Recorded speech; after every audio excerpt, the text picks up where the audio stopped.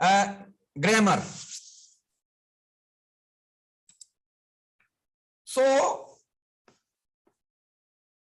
in these 8 years, whatever they have acquired or whether they have got the experience of this foreign language, before proceeding at class 9th, the first and the foremost responsibility of the teacher in the classroom is to assess the knowledge of the learners in the very beginning of the session, that is in the month of April. We must assess the level of the learners, that the learners are, what kind of experience in these previous 8 years they have acquired. Because learning is nothing but just attaching new knowledge with the previous one. And if we are not aware that these are the previous experiences of the learner, that these are the learning outcomes which are clear with the learners, then it would not be possible for us to proceed for the next level, that is of our secondary class, that is 9th class, and consequently 10th, 11th and 12th as well. So whatever class we are having, the first and the foremost important thing a teacher has to begin with is that he will assess the learning level of the students so that he may proceed, because without knowing it would not be possible to proceed. Because if we are not aware, and if we have just assumed that in 8 years the learner has got this experience and has acquired these and these concepts, then later on it would be very difficult for us to know whether whatever we are delivering them in the classroom, whether they are grasping that, whether they are gaining that or not. The first thing is that whatever I have told you, that then only we will prepare a program. What is grammar? Grammar is the means through which linguistic creativity is ultimately achieved. It is a proverb by Wilkins, but some others are of a different view. Systematic attention to grammar is neither necessary nor sufficient for learning to use a language by Newmark, and the grammar book and the grammar curriculum are like the luggage of an unskilled camper by Michael West. These two quotations, they are not emphasizing the importance of grammar. But in secondary classes, it is not so. Please mute. Those who are having their mics on, please mute them. I will ask Rajni to mute them. Please mute Rajni.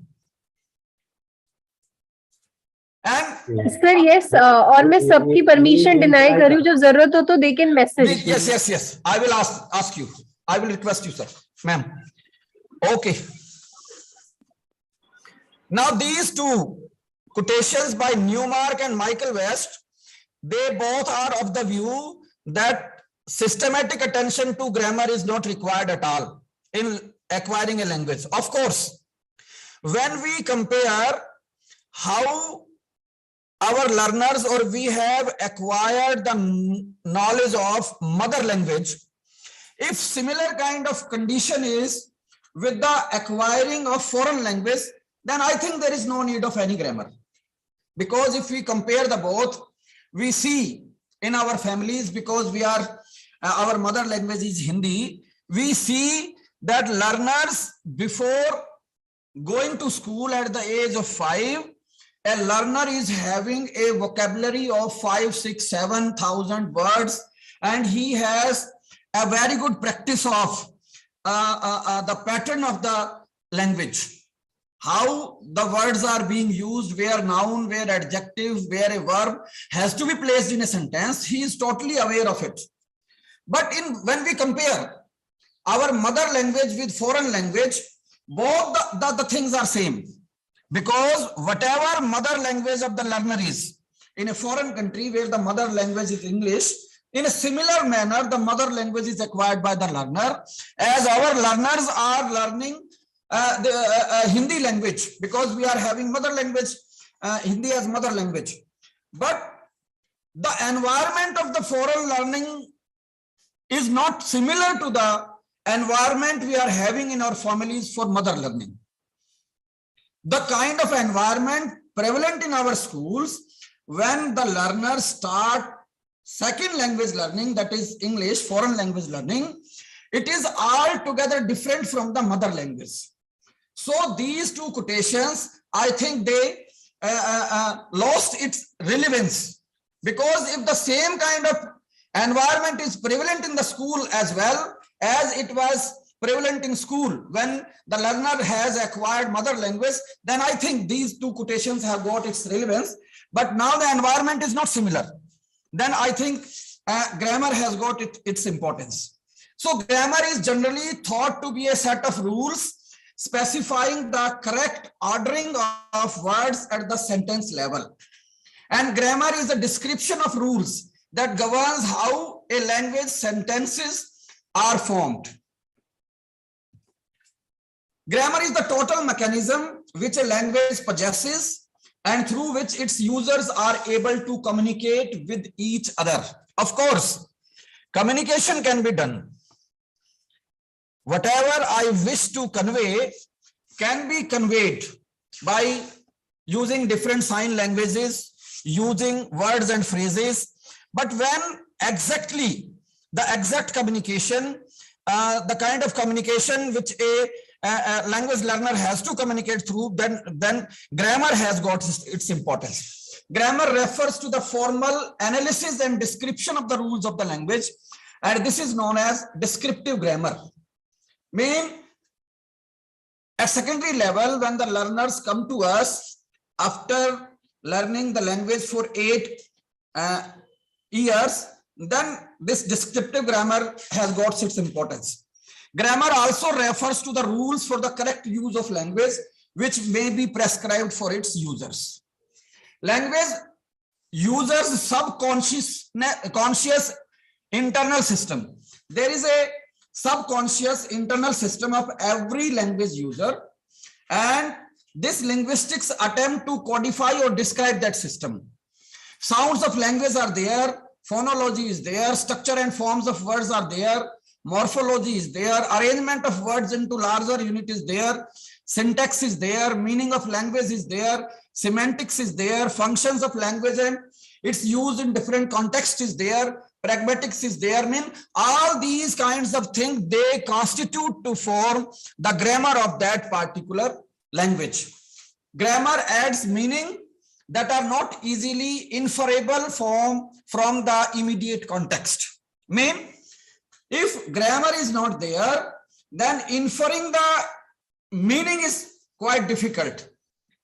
Immediate inference would be not possible. The kind of meaning realized by grammar are principally of two types. The first meaning of grammar is representational. That is, grammar enables us to use language to describe the world in terms of how, when, and where thing happens. Around us, in the natural setting, in the environment, there are a number of natural phenomena, a number of things are happening around us. So to describe them using language, what is happening, where is happening, how is happening, to describe that, grammar is required. For example, the sun sets at this time, the sun rises at this time, the children, what they are doing and where they are doing, etc. The second importance of grammar is interpersonal. That is, grammar facilitates the way we interact with each other. When people interact with each other, it is the duty of the grammar to facilitate that interpersonal exchange of the language. We need to get things done using language. For example, when we say tickets and when we say tickets please, these two has got different meanings. And similarly, can you show me your ticket? May see your tickets?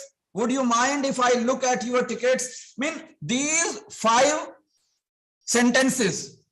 In all these 5 sentences, there is, means one individual wants to see the ticket of the another one.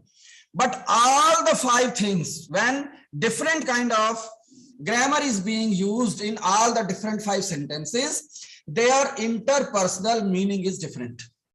When we teach model auxiliaries to the learners, we teach that how can, may, should, would they, could they differentiate.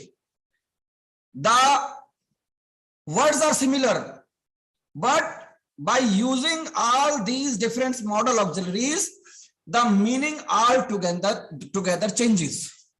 Grammar is used to fine-tune the meaning we wish to express. Mean, when we are using the words in a formal and when we are using in informal setting, it is differentiated by the use of grammar. What are the objectives of teaching grammar at secondary level? It motivates students for more studying English language, because how the words and the structure of a language is used differently in different situations, and how from normal language writing to creative language writing, it is the grammar that differentiates. And the purpose of using grammar is that how our learners, from normal learners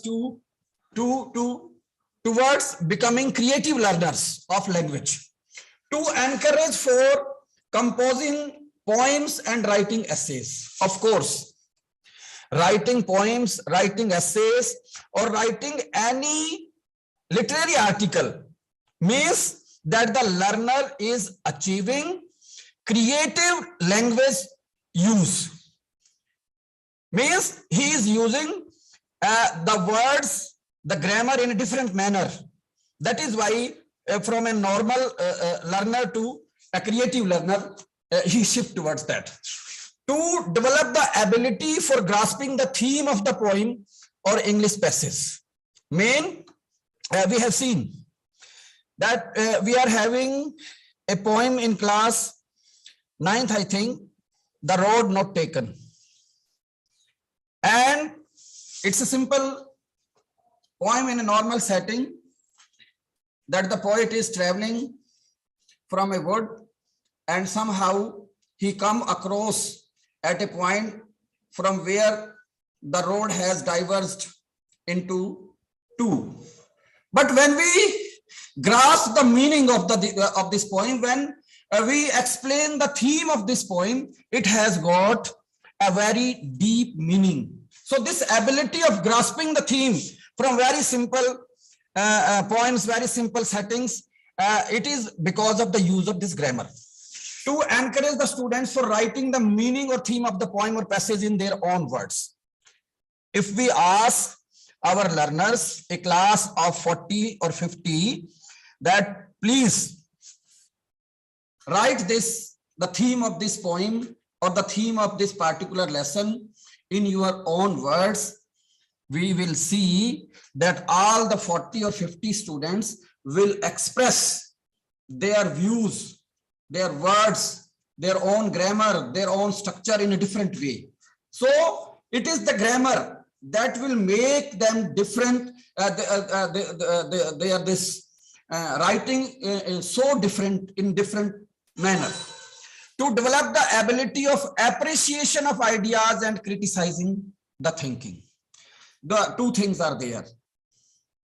We appreciate the piece of a literary work, or we criticize the piece of that literary work. So it is all done with the help of this use of grammar. To develop the creativity of the students related to verbal ability, reasoning and fluency of language. Yesterday also we discussed it, that the sole purpose of language is not only to acquire that language or to read that particular literature, it is that these things are also developed simultaneously in the learners, that they develop the ability of reasoning and fluency and many more things, social ability, etc. To develop the ability of understanding of other school subjects, of course. Language has this ability that it helps in acquiring it contributes in the acquiring the knowledge of other subjects as well. So why see, in our general schools, in Hindi medium schools, this English teacher has to work more as compared to English medium schools, because in Hindi medium schools all other subjects are also in Hindi medium, in Hindi language. So no addition of knowledge is being provided by other subjects in English. But in an English medium school, all teachers are contributing in the learning of English language to the learners. So that is why in Hindi medium setting, an English teacher has to work more as compared to an English medium school, because in English medium schools, each and every teacher is in some way or the other helping an English teacher in acquiring the knowledge of that language, because there would be a vocabulary of that subject that would ultimately help the learner in acquiring the vocabulary of English language. There would be certain structure of that particular subject in English that would also help to acquire the knowledge of English for English teacher in that subject. Well, similarly, to understand the ability of understanding of other school subjects as well. But now particularly when the students are having this smartphone with them, having internet facility, so this knowledge of English is ultimately helping other subjects to develop the mastery of language for expressing his ideas, feelings, and experiences. Of course, these are the chief purpose of language. Any language is to express ideas, feeling, and experiences. To develop the ability of evaluation and analysis of language components. And the last one is to develop the values, moral, and character of students. There are two different purposes of grammar teaching as well. Of course, these were, whatever we have discussed earlier, these were a common purposes of language. But what grammar adds in that? Grammar adds in that is accuracy. Accuracy is the ability to produce correct sentences using correct grammar and vocabulary. See, how in the beginning we start with words, that when students say their feelings using words, then after a gap of a short period, the students shift from words to phrases and then sentences. And the ultimate purpose is those sentences should be of accuracy, mean they must be accurate using grammar. And next one is fluency. Fluency is the ability to read, speak, or write easily, smoothly, and expressively. In few beginning years, the learners, they express their feelings, their views by thinking or by converting mother language to foreign language. But with the passage of time, when we provide more and more experience, when we provide more and more opportunities to the learners in the classroom setting to express themselves, they will begin directly. Mean mother language would not be used by them. So they would become fluent speakers, or fluent use of language would be there. How accuracy development is there? The purpose is to help students to achieve accurate perception and production of a target item, which can be a sound, a word, or a sentence structure. And for this purpose, the material used is the texts, which are usually composed of separate items the target items are usually practiced out of context or situation. We see that in our textbook as well. If we see at the end of every lesson, their language articles are there. Mean whatever was discussed, whatever was the purpose of that lesson, at the end of that lesson, the functional use of grammar is being provided in class 9th and 10th as well, that in certain lessons there would be voices would be there, in certain lessons there would be non-finite verbs are being there, in certain lessons we see that the grammar prepositional use of grammar was there, articles were there, and you see that in certain lessons will be there in past tense only. The stories are in past tense only. So the learners would acquire that how the past tense and the verb forms of the past tense are used with using that lesson. Fluency development purpose is to help students practice language in listening, speaking, reading, and writing activities to develop fluency in using the language in spontaneous communication. Whether the students is all the 4 skills, whether the students is listening the language, whether he is speaking, whether he is writing, or whether he is reading. All these 4 skills should be with comprehension. Mean whenever teacher is speaking in the classroom, the student is listening and acquiring the understanding of the content what the teacher wants to convey using that language. And whenever the student is writing the language, mean he is understanding what he is writing. And the material required for this is usually whole pieces of discourses, conversation, stories, etc. Texts are usually authentic and used as they would be in real life situation. Activities for accuracy and fluency development. Accuracy development, grammar presentations, gap fill exercises, dialogue framing, and for fluency development, role play, speeches, communicative activities, and games, etc. What are the strategies of grammar teaching? Grammar in isolation and grammar in context.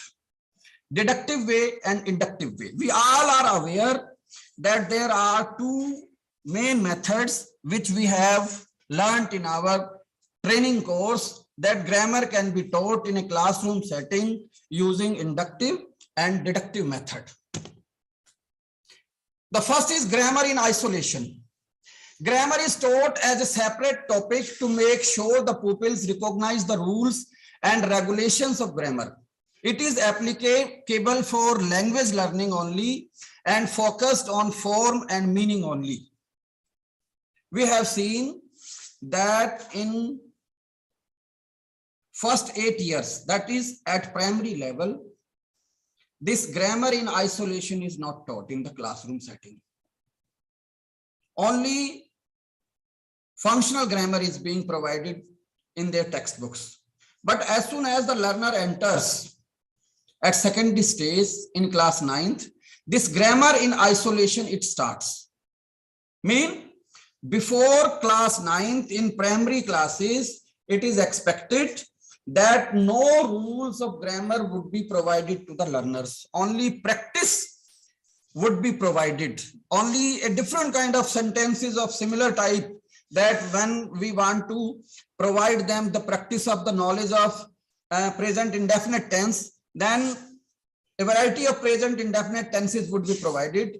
But how, where, and how they were formed, what are the rules of framing sentences in present indefinite tense, how negative sentences would be framed, and all these things would not be discussed at primary level. But at secondary level in class 9th, grammar in isolation starts. Mean past tense, present tense, irregular verbs, etc. The knowledge is to be provided to them. Grammar in context. Integrate grammar in everyday teaching. It is applicable to language learning and acquisition also, and focused on form, meaning, and uses. As we discussed yesterday as well, that while teaching a particular lesson, whatever grammar is being there at that grade.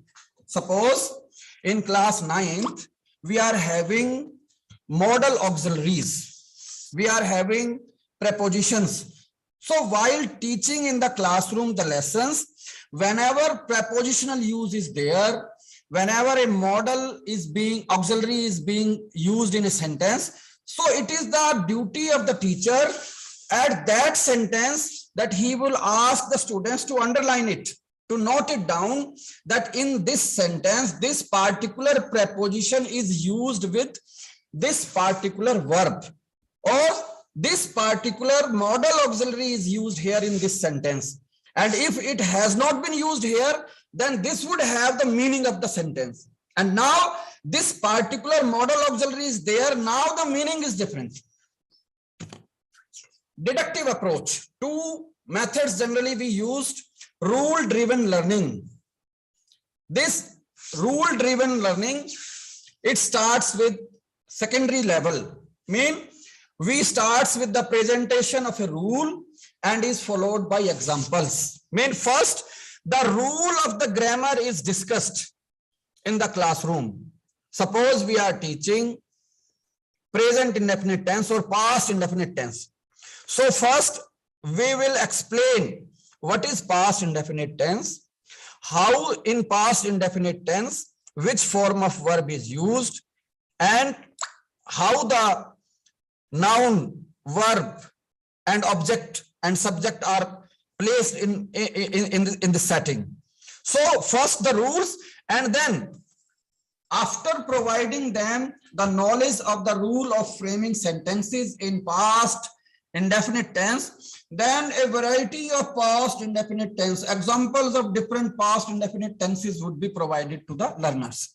So teacher teaches the rule first, and then makes the learners learn or memorize that rule, and then provide a different examples to the learner. One example is given here, subject, verb, and object, and then the example is provided. What are the activities that help in deductive method of grammar teaching? Reading aloud. Reading aloud helps in this matter. The teacher reads aloud the rule of the grammar, and then the examples provided are also read aloud. And by reading aloud the examples as well, the teacher will explain in every sentence that how this verb or whatever the topic of grammar was being discussed in the classroom. Then memorizing is another important thing, because the rules of the grammar has to be memorized by the learner, because without memorizing those rules, it is not possible for the learner to use grammar of that particular at any particular time. Word checklist. Fill in the blank exercises, a different form of exercises. Now the duty of the teacher or the importance of the teacher is there in this method of teaching, because the teacher has to prepare exercises in graded form, from easy to difficult one. Structure based free sentence composition. The structure is provided, and then the students are free to prepare composition using that. Suppose after providing the knowledge of the rules of past indefinite tense, simple stories or the simple events that has previously been held, the students can be asked to write those events, that how in the morning he got up, and from getting up from the bed to coming to the school, what events has he, what were the events and how he can frame sentences using, because that is a past tense. And similarly, structure-based discourse composition and short question answers can be there. Another method of grammar teaching is inductive approach. Discovery learning starts with examples from which a rule is inferred. In previous classes, at primary level, this method is used. Students are given a sample and teacher guides them in discovering the grammar rule used in the sample. Of course, the rule is not discussed there, but different examples of when we say that in past events, we use second form of verb, and how that events has happened, then a different, say 5, 7, 10 sentences are written, and then the learners acquires the knowledge. Then when we write the events which has happened in the past, we have to use second form of verb. Suppose we are teaching use of helping verb in simple sentences in present tense. So we provide a practice of different sentences where is used, where am is used, where are is used, and by a lot of practice, the students will acquire that where they have to use. But they don't know the rule, by which rule is there. But at secondary level, it is not so. At secondary level, deductive approach of learning grammar is applied. Activities in inductive method. Engaging. We engage learners by providing them pictures, realia, stories, and videos. Realia mean real situations, real articles. Controlled drills. Drill is very important. Whenever any grammar article is being taught, a lot of practice, a lot of drill is required for that. If we compare this foreign language learning or the concepts of foreign language grammar learning with the concepts of mother language grammar, we see that when a child at our home, when he is 1 year old, 1.5 year old, or 2 year old, and whenever a new structure of our mother language he listens in a day, we see that from morning to evening, he will have the practice of that structure throughout the day. He will use different words in different way and ultimately acquire the use of that structure without providing any knowledge of any grammar or any concepts of that language. So similarly, in foreign language learning as well, drill is the most important thing. And it is not being done in our schools because English is only taught in a single period in a day. And in 40 minutes period, it's very difficult for a teacher to complete his curriculum and to provide the knowledge of the language to the learner as well. So a lot of drill has to be there. Main strategies has to be made that after the class as well, when the students will use the language, when the students will have the drill of this grammar, then only it will be. Meaningful drills. TPR, total physical response. Matching, a different kind of matching exercises would be provided. Role play is the another important thing, which is being not practiced in our government schools in normal settings. Role play is very important. Drama. Grammar lesson checklist. Before entering the classroom, what the teacher has with him. Presentation. Whatever lesson I am teaching in the classroom, whatever topic of grammar on that day I am going to discuss, it should have a presentation. The presentation of that topic should be with the teacher before entering into the classroom. But the situation is very pathetic. I have seen that the teachers will enter into the classroom and they will ask the learners that today what we are going to do. The students tell the teacher that today this fla lesson or the fla topic of grammar will be done in the classroom. So it is very pathetic situation. It is the teacher who will announce that today we are going to do this, and not asking the learners today what we are going to do this. So it will only be possible when the teacher has prepared at his end before entering the classroom. Means he has that presentation, whatever he is going to present into the classroom. And the second thing is get all the students' attention. Generally in the classroom, it is being observed or it is seen that only some students' attention is being drawn when the teacher is teaching or when the teacher is discussing any grammar topic in the classroom. So it is the duty of the teacher that not only few students, that the attention of all the students should be there. And it will only be possible when the material of interest of the learners is available with the teachers. The teacher should plan his presentation in such a way that each and every student's material is available in that. Use any material to help my students understand the grammar point. There must be some material which ultimately will help the students to understand that topic of grammar. A lot of material he has to prepare beforehand. Teaching aid should be there, flashcard should be there. He can use the students with them.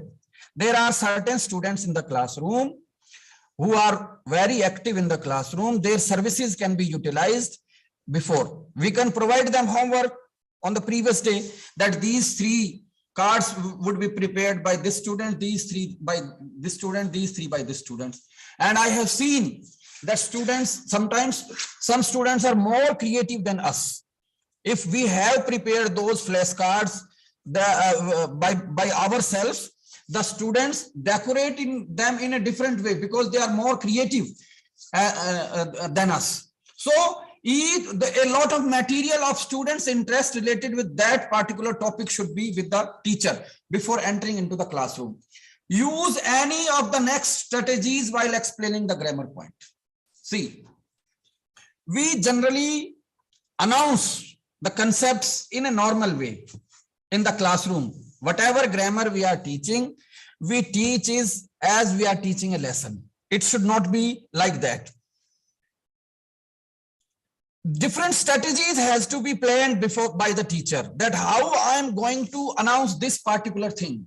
When this particular example, when I will write it on the blackboard, and when what material, a certain material he should have selected, that he will not write it. He will ask the learners to write in their notebooks. So everything should be well planned. All kind of strategies should be with the teacher before entering into the classroom.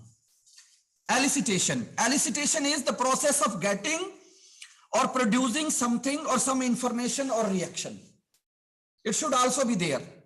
How I am going to provide this information, what method I am going to use.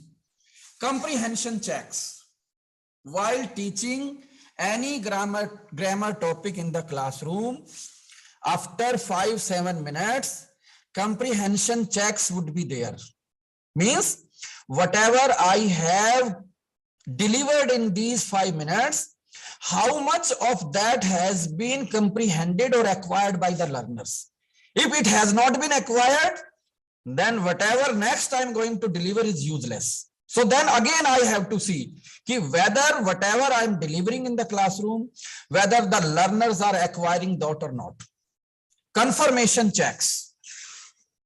Those who have science background, they must be aware that in chemistry practicals, we are having confirmatory tests. When some test would be there and then confirmed test would be there again. So confirmatory checks are also there. comprehension checks are there and confirmatory checks are there. We will confirm that, of course, the learners has acquired this particular grammar concept. Mean when I have told them that in present indefinite tense, we are using S or ES with these particular pronouns.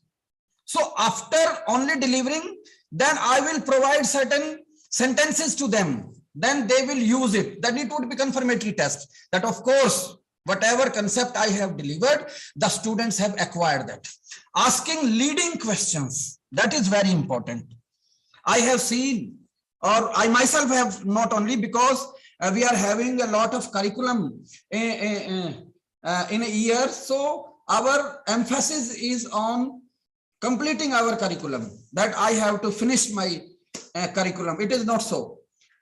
We are not, generally we are not asking questions in the classroom, and not only questions, leading questions, the questions which the learners, ultimately the learners will be prompted to think that what the teacher wants to say, and making connections. That is most important thing. In this lecture's beginning also, I told you that before entering any classroom in the month of April, it is the ultimate duty of the teacher to know their classroom, the level of their learning, that what the learners are at what level. Only then, learning is nothing but connecting new with the old knowledge. Whatever new we are delivering in that class, if we are connecting that with the previous knowledge of the learners, then it will be ultimately, it would be permanent. It is a similar way when we shift from our old house to new house. If we shift from new house, we see that where my clothes would be placed or hung, whether the windows or doors are having curtain pipes or not. So if they are not available, then before shifting to that house, we arrange those things where curtains would be, where clothes would be, where many more things would be. In our kitchen as well, there are many more things where the articles are being hanged. So similarly, what I want to say by using that example, that if there are no old connections, then new knowledge cannot be connected or placed or attached with that. So first, it is our duty to check the old knowledge. Suppose in class 10th, we are going to teach them narration. And if we haven't checked that whether the students are having the knowledge of the tenses or not, then whatever knowledge of narrations we are giving them, it is useless. Because without knowing the which type of sentence it is, then how the rules of the narration would be applied by the learners. Means old connections are used to attach new knowledge. So those old connections has to be checked in the beginning of the session, and then accordingly our strategies for that year's teaching learning process would be provided. Then giving feedback, it's very important. Feedback is very important. Whatever lesson we are discussing in the classroom, taking feedback is very important, because the next lesson or next day's lesson or presentation would be based on, or would be prepared based on taking and giving feedback. A lot of activities has to be planned. If we search Google for a particular topic, that if suppose we are to teach preposition in the classroom, so a activity is there which we generally apply here in our training sessions as well, that we will take a pen or an eraser and we place that eraser in different situations, and we will ask one of the students to search that article, whether it was a pen or it was eraser or a pencil. Sometimes we will place it on a book, we will place it in a book, we will place it on the table, we will place it under the table, we will place it beside the table, we will throw it above the, and in a similar situation, the students will acquire the preposition, that in what situation, which preposition is being used. So a number of activities are there related with every topic of grammar. We are having this smartphone, having this Google with us. A number of websites are available where this practice material is available related to them. So it is our duty. Now the government has provided smartphones or tablets to the learners. So if we are not providing the knowledge of the resource of material available, where the English resources are available in their tab, then they will search something different, because they have to use that data, they have to use their time. So if we provide them that this grammar can be learned from this particular website in a better way, this tenses practice material is available in this. If we are going to download this app in our tablet, so it would provide us daily 10 sentences of different kinds of grammar. So if we are providing them that these are the online resources available, then certainly not all, but some of the students will certainly use those. But if we are not providing them any, then ultimately they have to use their data, they have to use their time, they will use this in their own way. So ultimately it is the teacher who has to plan each and everything, what kind of grammar is available, what kind of books are there, and etc. And now I would request Rajni to please unmute all, so that each and everyone can add whatever they want to add in it, because this was only with me, whatever I have to deliver. And now I would request my fellow friends to add whatever more it can be added in it, so that this topic can reach in a better way to our teachers. Rajni? Sir, yes, they have Please. been allowed. They can unmute themselves. But so before, I would like to, of course, I would like to request. Sir, I just have a request that I have already shared a link in the chat box, but I'm sharing it again. So I request all the participants in the group to mark their attendance by filling that Google form. That is a kind of registration and your attendance also. So I request you to fill the form, and in between you also can ask the question and continue your interaction with Dr. Vijender. Thank you, sir. Of course. I request you all that there is a link being shared in your chat box. Please see it and please fill it. Hello. Good morning, sir. Yes, sir. Yesterday, I am not marked my attendance. Please provide the attendance sheet with us yesterday. Of course, no matter, sir. sir. The attendance for both the days in the same Google form. Okay, ma'am. So okay. you can check both the dates. You can put check on the check box. There will be a check box at the end of the Google form. This is Indrajit Singh from Government Model Sanskriti Senior Secondary School, Mandidawali. Ji, sir. Good morning to all of you. Actually, the link that has been shared in the chat box, that is for to join the WhatsApp group, not for the attendance Google form. So please reshare it first of all, and secondly, as the sir described in his speech, that tablets have been provided, but I think they are just lame gadgets in the hands of the students as well as in the teachers, because they are not open to use all apps because it is limited to use.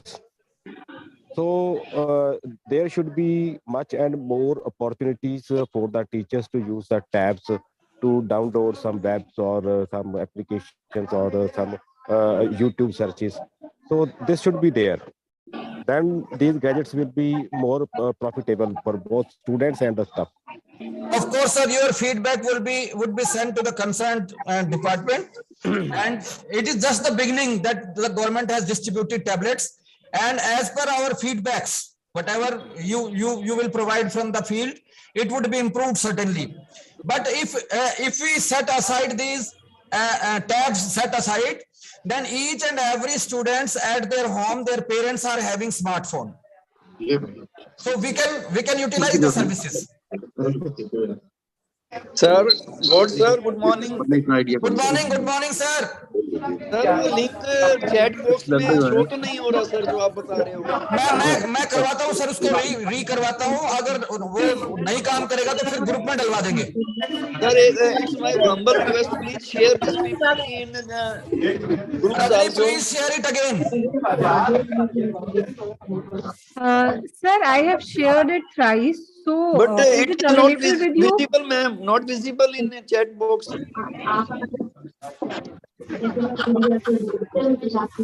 It has been shared now. Please see it. And I have tried it. Sir. It is opening. Yes, sir. Now it has been shared.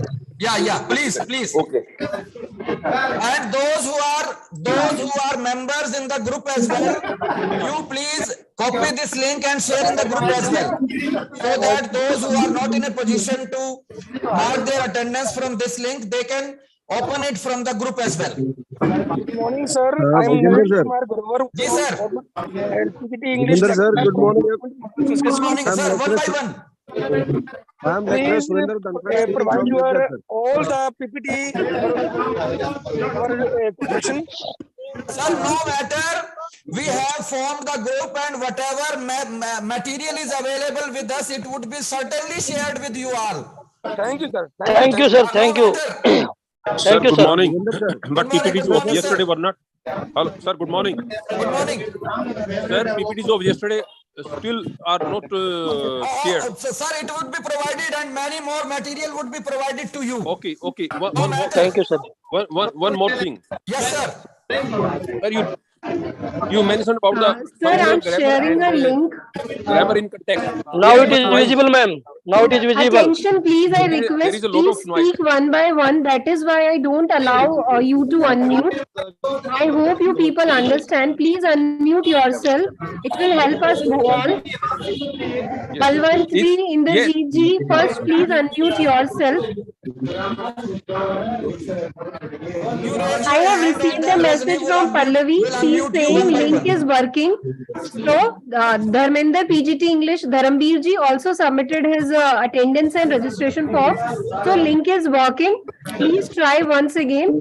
You can mark your attendance. Yes, link is very much working. I have submitted my Yes. I responses. don't think so there is any issue. Without submitting your attendance and filling that, Yes, and about the don't leave the material, meeting. I would like to submit that we have all our sessions live. So I am sharing in next session. क्योंकि अभी मैं share करूंगी तो it will be overlapping. In next session, I will share the link of our YouTube channel. All the PPTs which our resource persons are using and has presented, you can see them again and again. And in future, you also can use those videos. And about the material, we will share the consolidated material later. Ma'am, what would be the mode of the training in the field after this training is over? That will be conveyed to you by the coordinator because we don't take the opportunity. So let us leave it to Dr. Tanu Bhardwaj. At the end, she definitely will share all the information with you. Am I right, Dr. Vijender, sir? Of course, ma'am. Yeah. The concerned Let us not person take will the inform you opportunity. Be all. patient. You will get the detailed letter how and when these trainings would be organized at district level. Yes. So please wait. Okay, Yes. thank you. All the information will be shared with you on time. So be patient.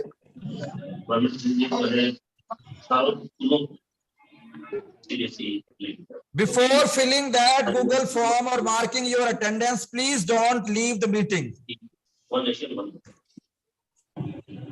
Sir, Yes, sir. Dr. Vijender, I Yes, was asking about, you mentioned in your lecture about functional and grammar in context. Yeah. Can you differentiate between the functional and grammar and the grammar in context? Actually, these are similar concepts, sir. Yeah, But, that's why I'm asking. yeah. But during some lectures, we can plan some context in advance that Sir, can today, we leave now? I have registered myself on Google Form. those who have registered their attendance and register and fill that Sir, when information, the next whatever session will is start? being When asked, the next session will start, sir? they can leave. When the next session is going to start? The next session, Rajni ma'am, I think it is at, I'm just seeing and I will inform you. In the group. Please confirm us so that we can join in time. Vijender sir. Ji, sir. Good morning. I am lecturer Surendra Dhankar speaking from Jajjar, sir. Oh, sir. Thank you. Boli, sir. Sir, actually, one suggestion is there. Earlier, one key resource person aspect was being implemented in the school education.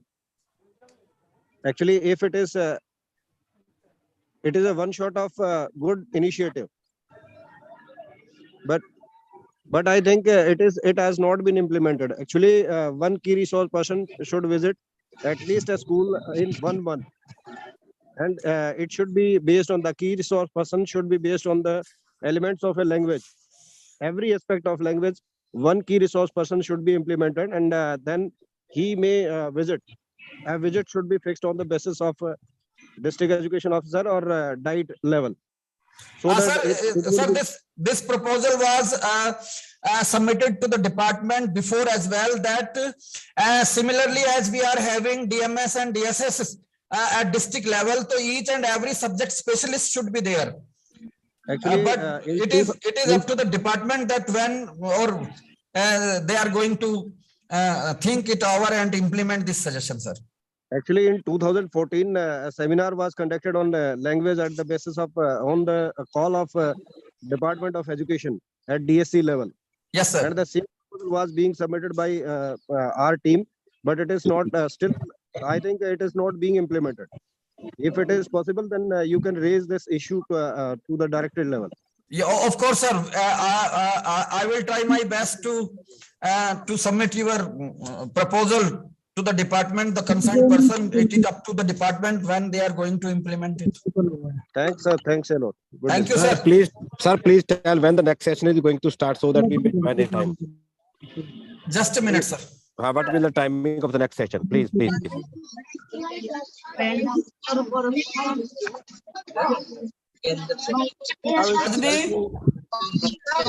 Rajni ma'am. Sir, yes, sir. What is the time of the next session? Sir, it is 12 o'clock and we will, both the session will continue. 12 से 2 बजे तक. Of course, sir. Okay. Next session is at Break 12 for an hour. and next at Please 1. join before 12 so that we can start on time. May I leave now? And link will be the same. You can stay with us all. मतलब अगर आप इसी में continue रहना चाहते, you can wait here for 30 minutes or 35 minutes. Should I leave now? Yes, sir. Those who have filled their Google forms and whatever information have been asked in that. It has already been submitted, sir. It has been. Of course, sir. Now you can leave, sir. Thank you. Okay. Thank you. We'll join at. So, what will the topic in the next session? The topic of the next session. Google form is not being shared till Sir, now. I am not aware with the topic that resource person is going to discuss. Yesterday it was a lot of problem in the net. It was a network issue.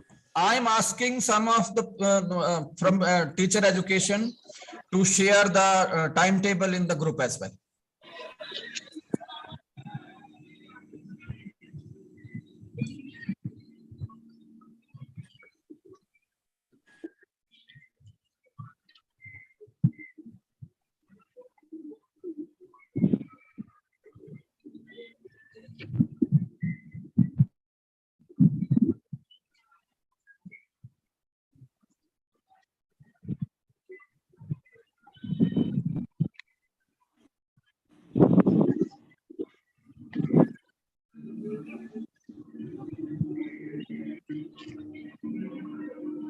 Vijendra sir ये link share करवाना please.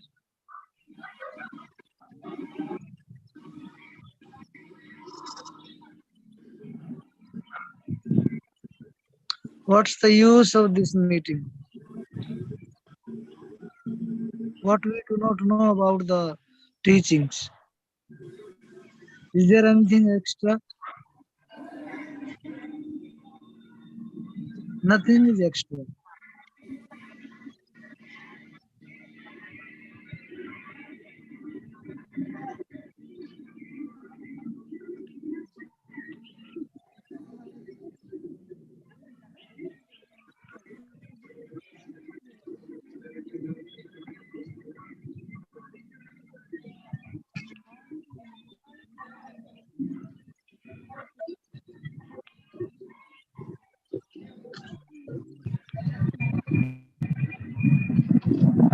What is the use of this meeting, sir?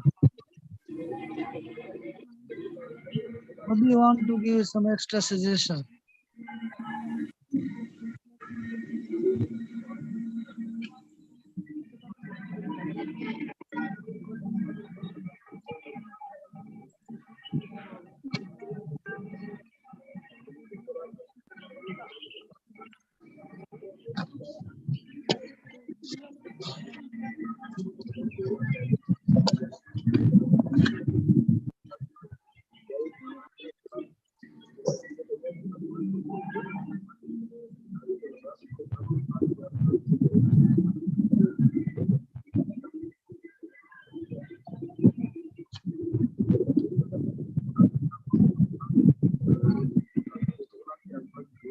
What's the use of this meeting? Or do you do any extra information regarding school, regarding teaching? What do we not know? I think there is nothing extra. Every person is being resource in the school. बिना ज्ञान के मेरे को भेजो अगर 2 घंटे का बिना ज्ञान और देखो में खड़े करके सुनते रहते हैं, जब तक ये गारंटी अच्छी है, जब तक हम यूथ में जब तक वो यूथ में रहेंगे।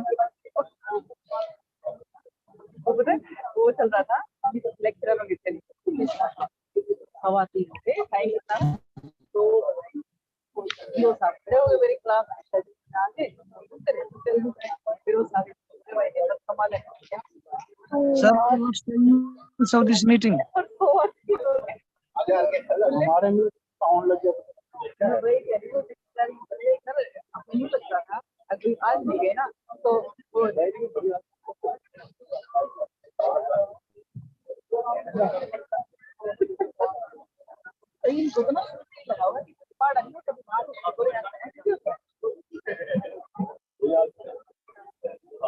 What will हमें be देखो ना done? 3 जगह बैठे हुए इधर ही कंटेंट की है उधर 3 जगह देनी होगी हाँ अब 3 जगह 3 जगह बैठे हुए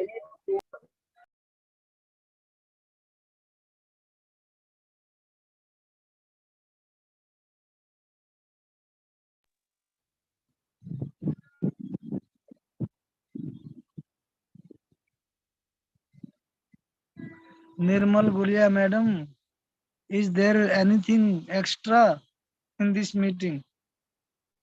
I think nothing is extra.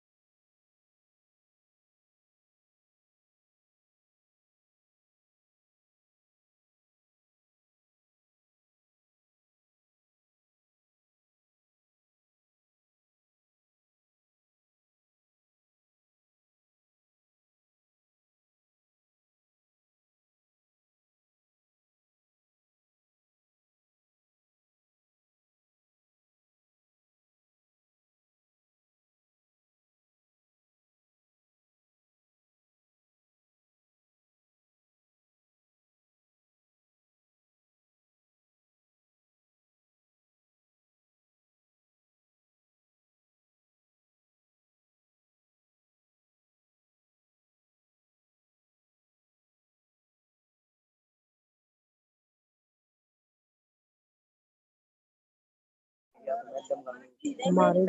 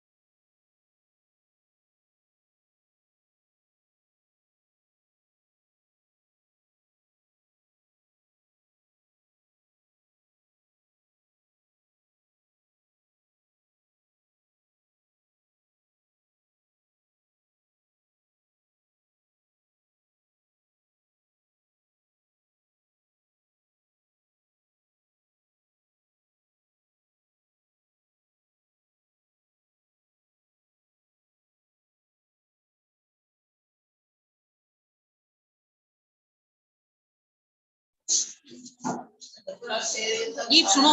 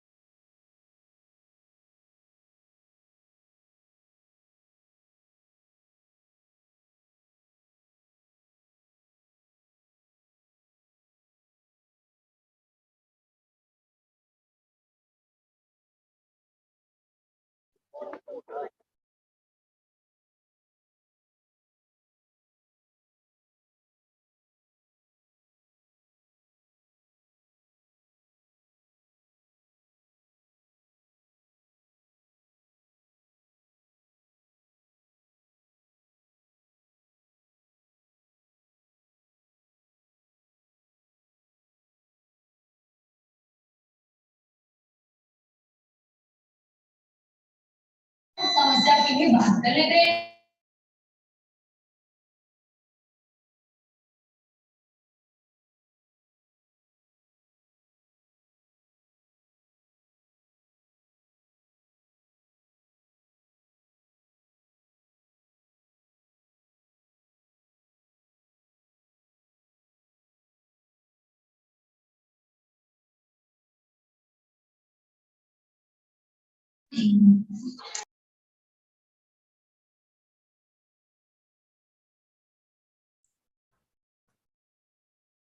Good afternoon, my learned colleagues, all the diet faculty. Let me see how many of us have joined already. Okay, let us wait for a minute or two. Let everybody else join before I start with this. 40 of us are already there. A few more, maybe.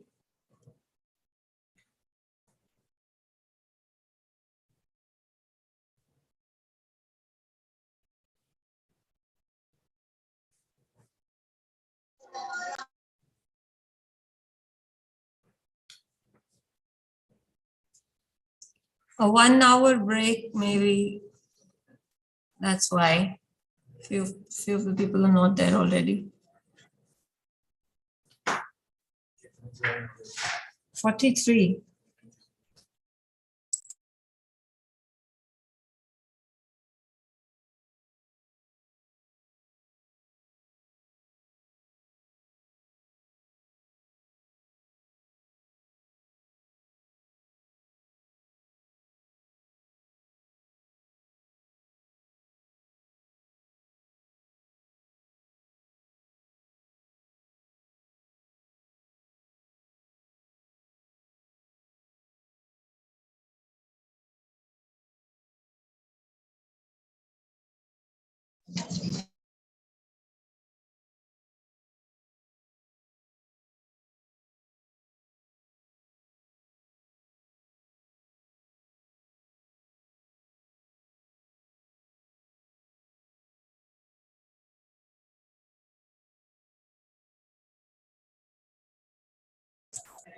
Okay.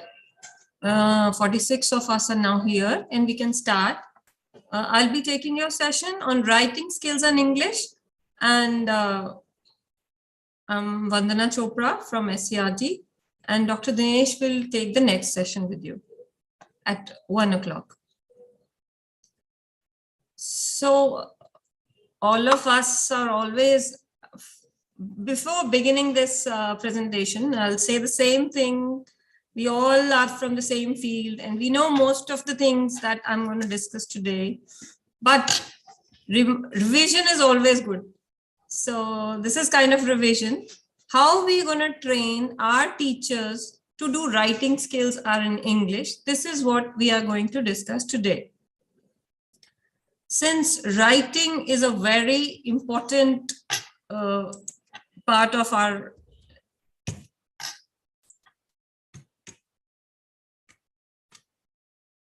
for a language, it is actually a skill, not a talent. And the difference is important because a skill can be improved by practice. So whatever level our students are in their writing, it can always be improved and enhanced, because it is not a talent, it is an acquired skill. Not everybody is born with writing skills. So we as teachers, the teachers that you're going to train, are here to help the students achieve that level, to improve their writing skill. And it requires a great deal of skill, just like painting does. I'm just quoting John Milius. Writing requires a great deal of skill, just like painting does, and people don't want to learn those skills. This is where the problem lies. One has to learn the writing skill, and we as teachers need to ensure that all the teachers do their part so that students can go on improving their writing skills. I have added another 2 quotes about writing because I was really inspired by reading these quotes yesterday when I was preparing for the lecture today. Good writing is clear thinking made visible. It is just, good writing means whatever we are thinking, we are able to present it on the paper. That's what it is. And that is a skill that we're going to discuss today. And we need to tell our students not to write, not to be afraid of writing at any time. So there's a quote by Jessica Brody. Excuse me, can you just mute yourself? Rajni? Hello, Rajni, can you please?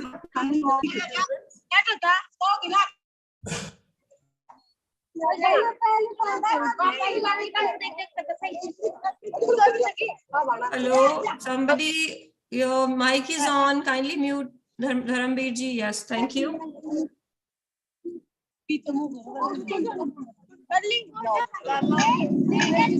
Hello, Rajni. Ma'am, permission denied. Now you can continue. Nobody can unmute themselves. At the end, I will allow you to unmute yourself. If you have any doubt, please message in chat box. Okay.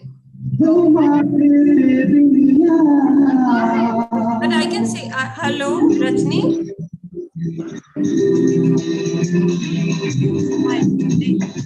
Hello.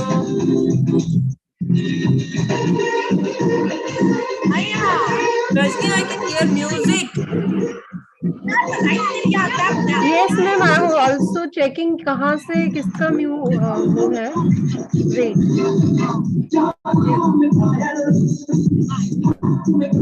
It's Ashok Kumar ji.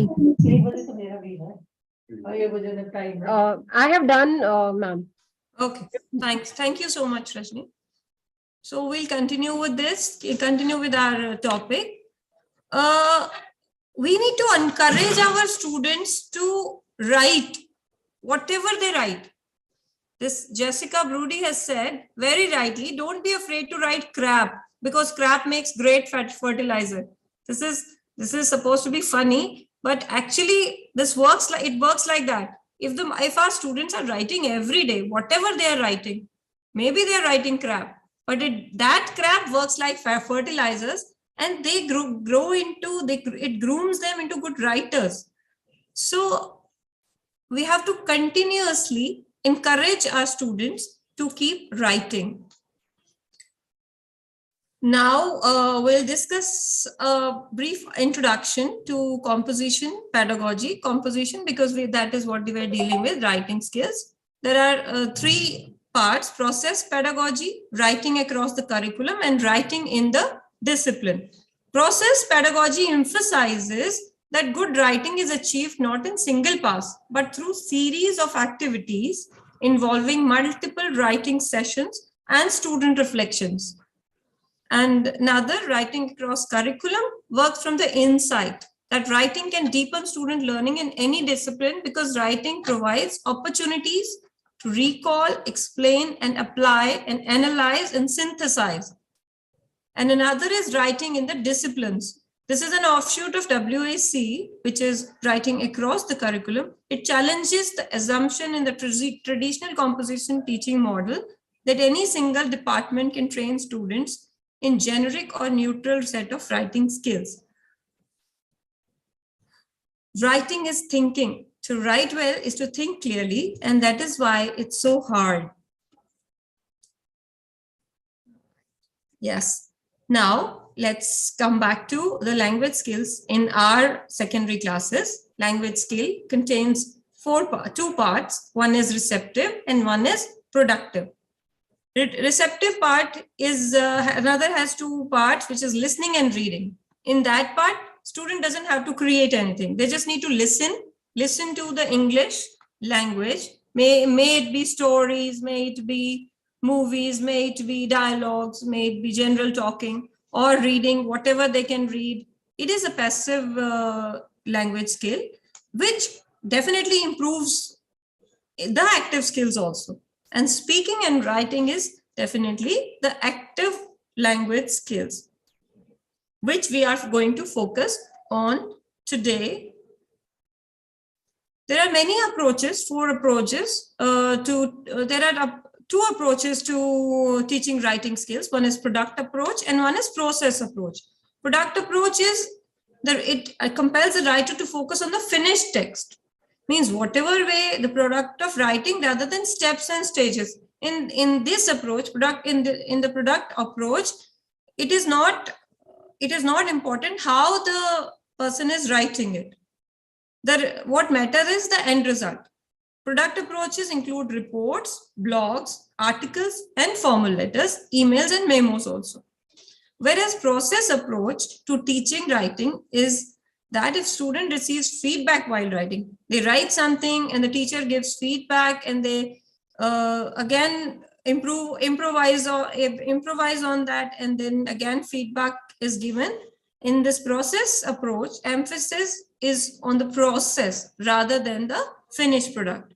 They're two completely different things. Product means we are focusing on, and in the process, We are teaching them the methodology and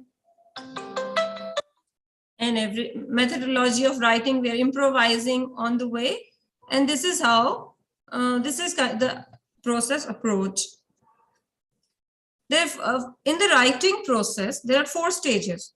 One is drafting, one is revising, and then one is editing, and then one is publishing.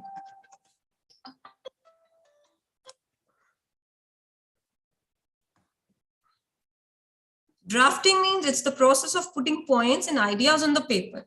Whenever we are going to encourage our students to write, we'll ask them to make a draft. It's the process of putting points and ideas on the paper and arranging them in readable manner before accumulating all the information.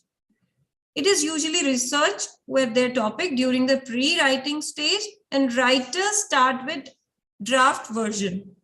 Whereas revising in another important stage in which there is thorough revision of a draft. This includes in the addition, replacement. Once something is written, then revising is done. Then comes the editing part. In editing, where writer can make any necessary changes to improve the document. And then final stage is publishing, in which writer submits their work to a publisher. Before submitting the written document, writer may ensure that it is complete with no errors. Now we'll get to the classroom. Type of the writing skills required for secondary and senior secondary classes. We all know that there is a question on the paper which is asked, which contains a chunk of marks, in which all these writing things are asked, like letter writing is a question, notice writing, report writing, paragraph writing, description of events, advertisements, posters, dialogues and messages. All these 10 things are asked in the paper by giving them sometimes option to write and sometimes without even option. So we as teachers need to focus on teaching our students all these writing skills, which are not only important for exam point of view, but also for their life. First of all, first thing we are going to discuss today is letter writing. Since letter is an important communication skill that can be taught to children and adults alike. We know we have a big issue here with our students, with sometimes grown-ups also. Even sometimes 12th class student, whenever somebody in government schools comes for admission, we think of taking a test of English for them, we ask them to write a letter. Normally it's done like that.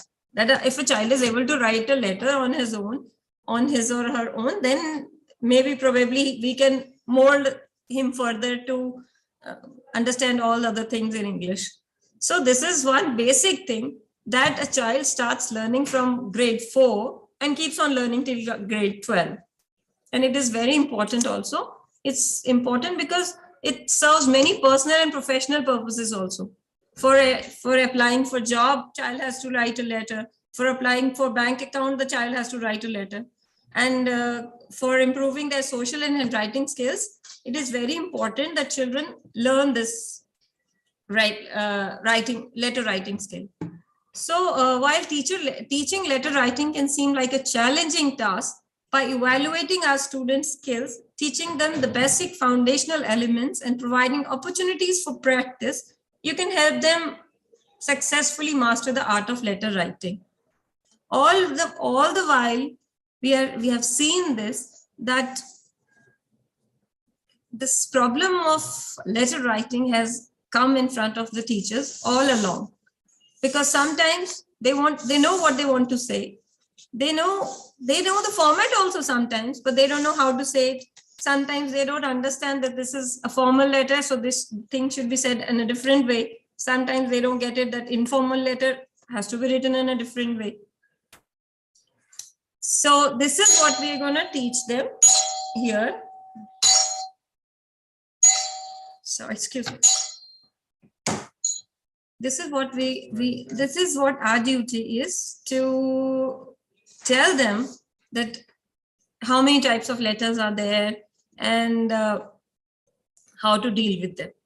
First of all, let me point out what are the hard spots in letter writing. When we are teaching letter writing, what are the problems we come across? What are the problems teachers come across?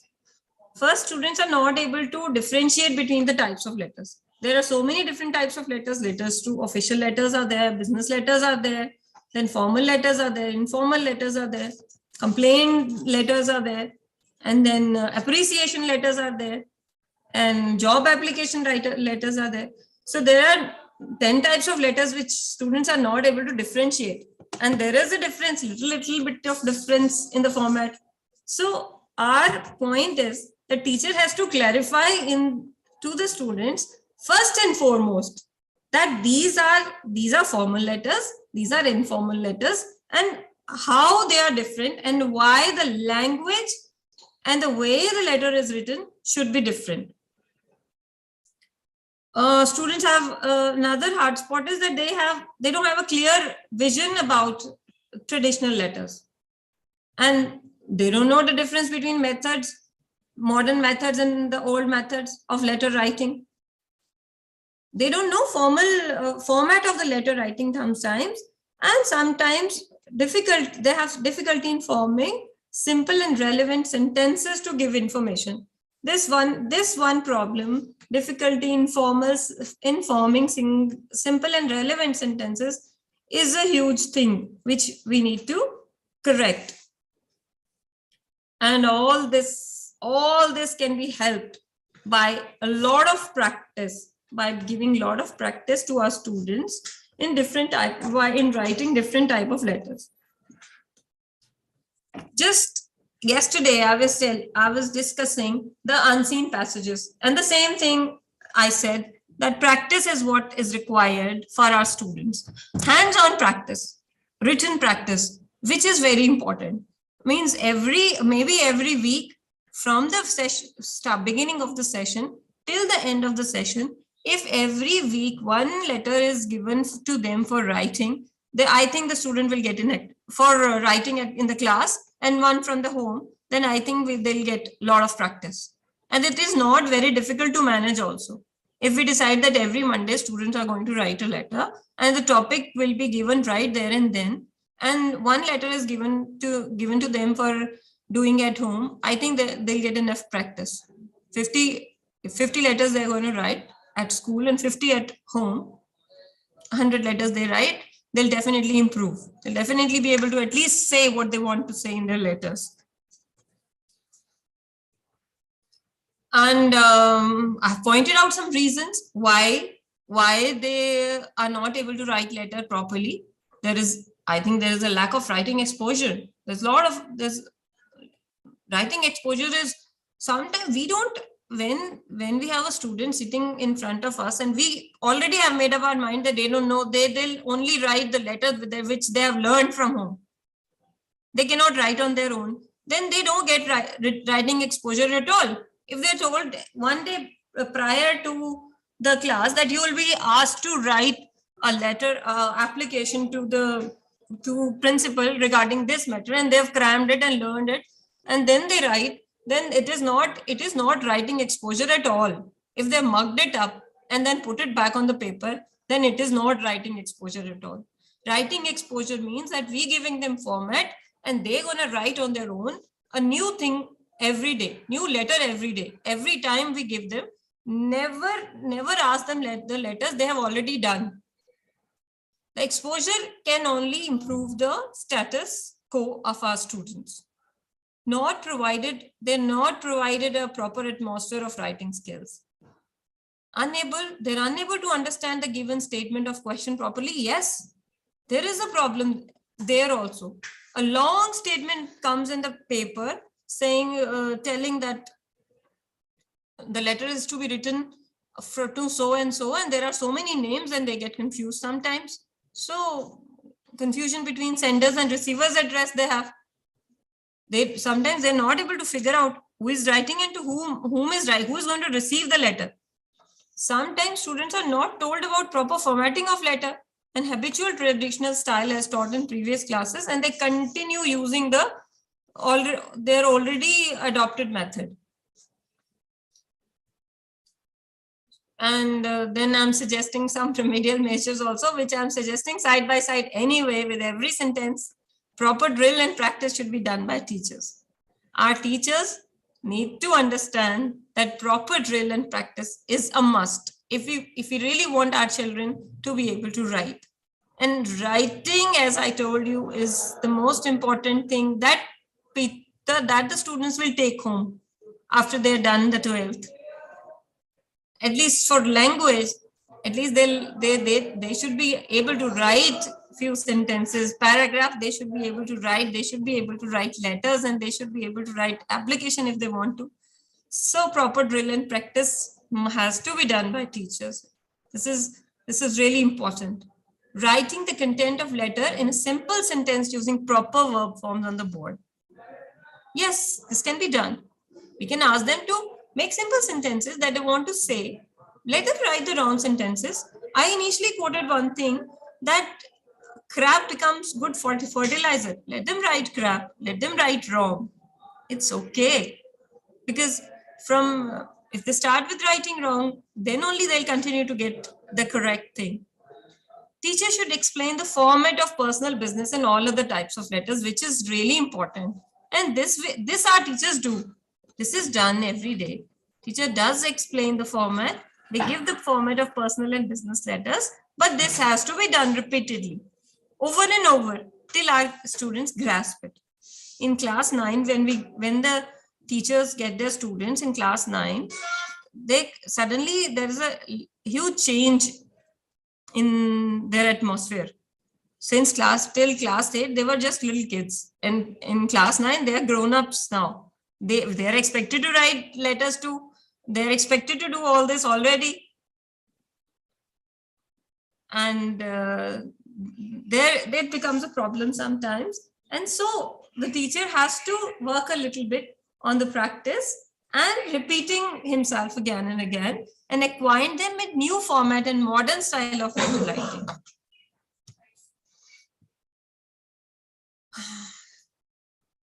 Little bit of planning and training strategies can be done. They can prepare a chart showing all parts of letter, and they can use ICT wherever required. And ICT nowadays, now that students they have been given tablets also, and then we have smart boards in almost all the classrooms. I went for monitoring, and you all went for monitoring, and you also must have seen that even in the remote villages, schools have smart boards. Only that our teachers are just using it as a blackboard. This is another story, but it should be used now. We were not able to write 10 types of 10 type of formats on the blackboard, but now we can use the smart board and show it to them. We can show all kinds of letters on it. If the teacher has prepared it, that what he is going to show, then smart boards can be used very nicely for teaching this English skill. For pronunciation can be improved also now. Now that they have the facility, they have those tabs, and they have those smart boards in the classroom, which can be really helpful in this. And ask the students to write a letter or application at least once a week. That we already discussed. Let teachers decide that every Monday the student is going to write a letter or application, and that application is going to be spontaneous, not something that was given in the homework. That is a very important thing.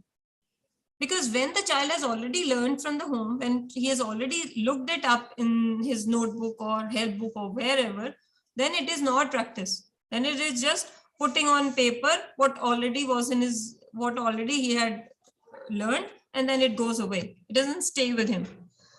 And we need to prepare students to practice letter writing on real situations, generally faced by students. And it's really a very good idea. If there is a situation in the classroom, in the school, or around in the town, students can be asked to write a letter on the same purpose. Say for example, there is going to be a visit in the school by the sarpanch or by the manager or by the SDM for a certain purpose. Then we should ask students to write a letter or note on the same, so that they don't know, they can't get it from anywhere else. They have to make their own sentences. and this gives them an ample practice.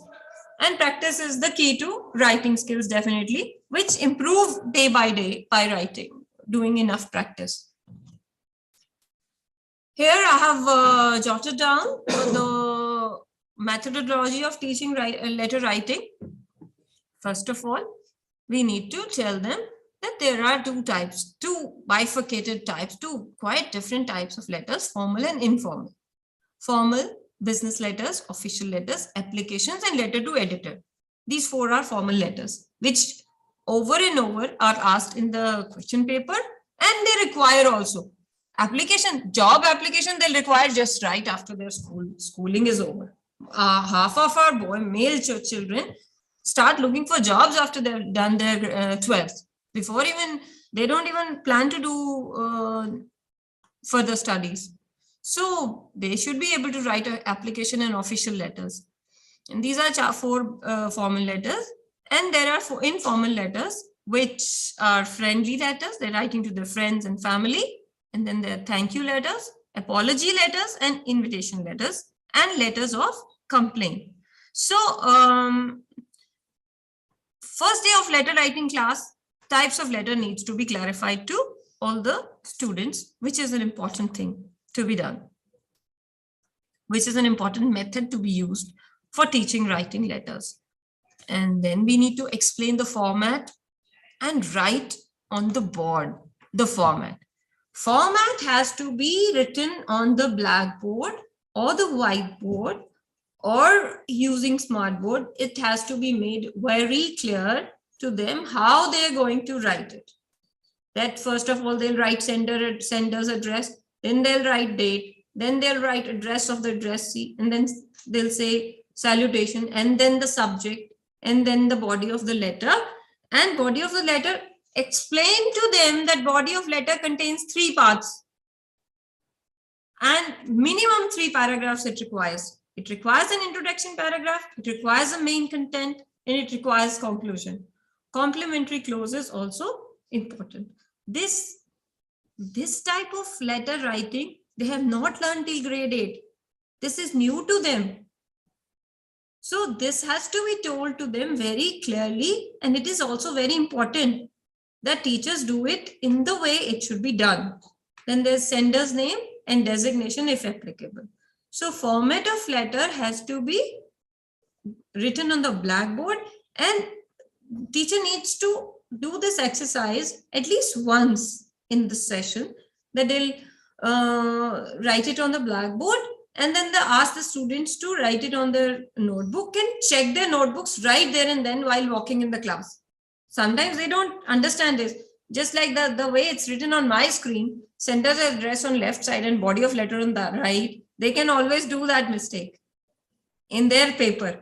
So you have to correct it right there and then, that no, everything has to be left aligned. It cannot be moved to the other part of the, because right side of the page is always blank. So we have to clarify that the format of the letter needs to be followed.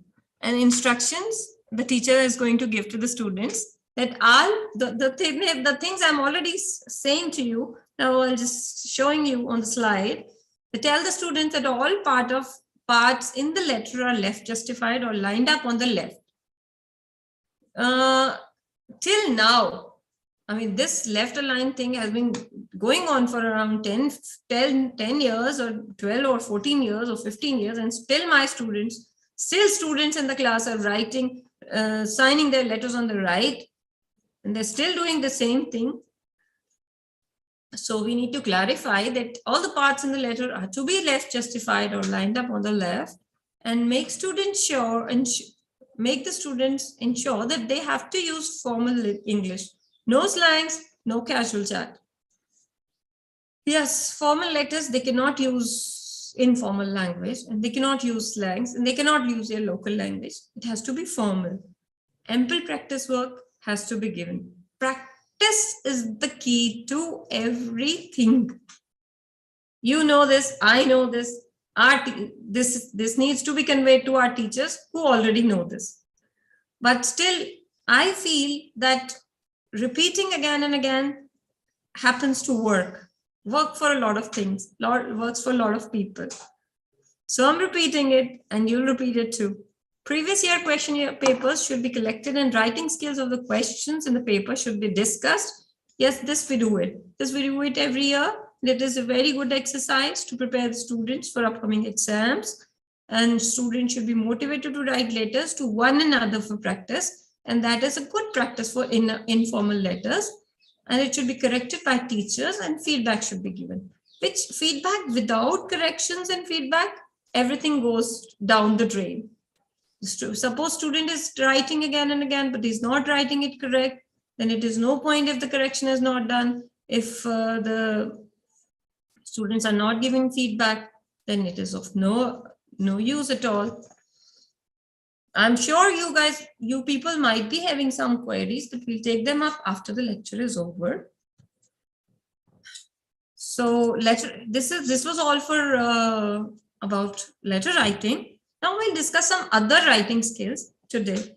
Though they're all similar. There are lots of common things, common stuff in that. In everything, I'll ask you to do the same way, that format has to be given, types have to be given, and this is the way to deal with the writing skills in the classroom. First, we went with the first thing I took up was letter writing, was because I think this is the most basic thing. If a child, after doing his secondary class or senior secondary class, is not able to write proper letter, then it is on us. Then it is on the teacher, on the English teacher. Why a student is not able to write letter? So I would like you to stress this on the teachers, that every student in their class, I am not talking about top 10 or top 10 students, they are able to write letters because they're learning it since fourth grade. I want every child in the school to be able to at least write a letter. So next we move on to the notice writing. Another part of our writing skills is writing skills, as I discussed earlier also. It is just putting in words what we are thinking and correctly. So all kinds of writing skills require the same. The student should be able to put it in words what they really are thinking. And notice writings are formally organized statements that notify about information of some event on behalf of some authority. It is a notice. Every time we come across, in the schools also, in the playgrounds, in the libraries, even in the marketplaces, we have come across notices, and students must have come across these notices too. Or we just need to point this out to them, that notice is just an organized statement to notify them, and they need to learn to do it. How a notice is written in a proper format, not just for getting those 5 marks. It's not just for getting whenever we are teaching English, though I discussed with you that the writing portion of the paper contains 10 marks, but this should never be told to the students. They should be told that marks you will get. But these things are for you. These things are for life. They need to learn to write letters or notices because they'll need them over and over again. They might not need the other subjects, what they might not need in practical things, other things they're reading. But this is a composition thing, they'll need over and over again all the time. So first of all, I've discussed the notice writing format here, which we already know what to, but students need to be told them clearly that at the top, write notice word. Notice has to be written with that include all pertinent information, date, venue, and time on the second line, and also the purpose of the notice. And then individual issuing the notice, signature, name, and designation along with the name of organization responsible for issuing the notice must be provided. Placing the notification in the box. Notice always has to be in a box, and it should stick to 50-word restriction. and it should contain all the important thing. It should contain all the important information in smallest of the sentence. The school organization or agency using the warning should be identified by the name and location. Suitable brief heading has to be made. It must be relevant to the material to be discussed, and the reader should be able to figure out what the notification is about at the first glance. Notice should be written in such a way that in the first glance, one is able to see what is being said. Only this is 50 words, but still everything should be clear, crystal clear to students just by looking at it. The goal of notice, its terms, information, and other elements must be stated briefly in the body of the notice. It must also be brief while being comprehensive and indicate the date on which the notice was issued. Make it clear who was the target audience, for whom the notice is being displayed. This also has to be displayed in the notice. Finally, check the text for spellings, grammatical errors, and make certain that notice text is clear. And read. So what we just discussed here, that notice, again, just like letter, notice writing has to be written on the board first, and the box, which is very important pointer in the notice format, that has to be mentioned, that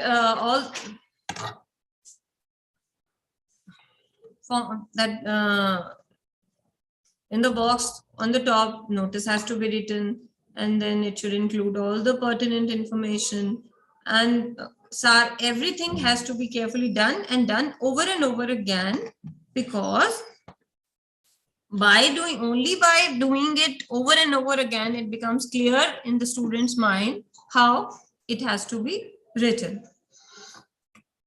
I hope I have made my points clear on these two topics about letter writing and notice writing, and overall on the writing skill. That writing skill needs to be, it's a matter of practice. It needs huge practice over and over again. So another point I wanted to discuss with you is advertisement. Advertisement is a very simple thing which the students have to do in their paper. And but advertising, when we start with this topic of advertisement in the school, we need to discuss with the students, what is advertising? What is advertising? They just want to sell something. That is advertising. They want to publicize something. They want everybody to know about it. Advertising is done for selling. So, and sometimes it is also done for other things, but mainly where it is of commercial use. And this is what we're going to discuss. What is advertising? And there are how many types of advertisements? And what are the persuasive techniques in advertising? How is visual imagery used in advertising? Craft of copywriting. This has to be told to them about, to the students, about the craft of copywriting. That advertising, no two brands can give the same type of advertising. And this has to be clarified to them, and how to create their own advertisements. This also needs to be focused, because there are two types of advertising which we do in the classroom. One is display and one is classified.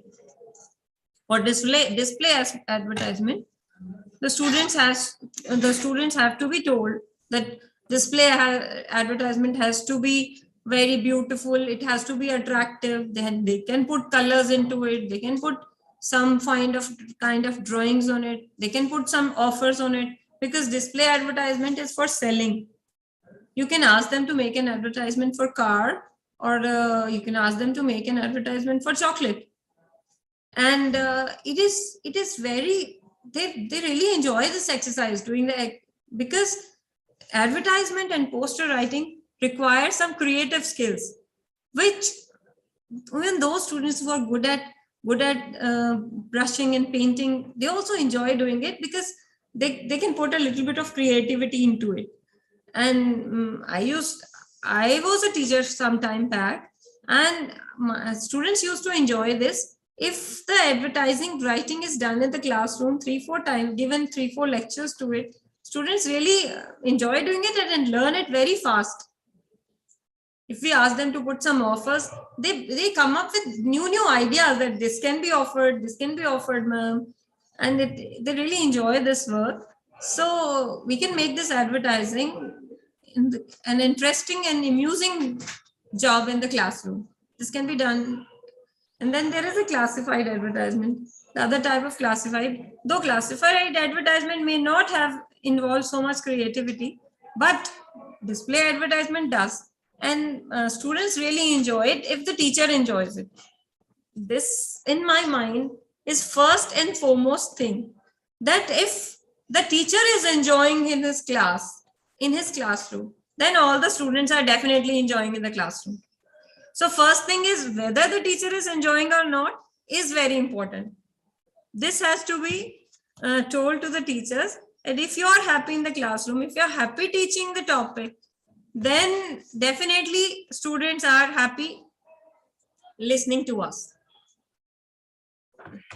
And they can get new idea. The students, class 9, grade 9 to grade 12, they're just new adolescents, and they have so many brilliant ideas about all this.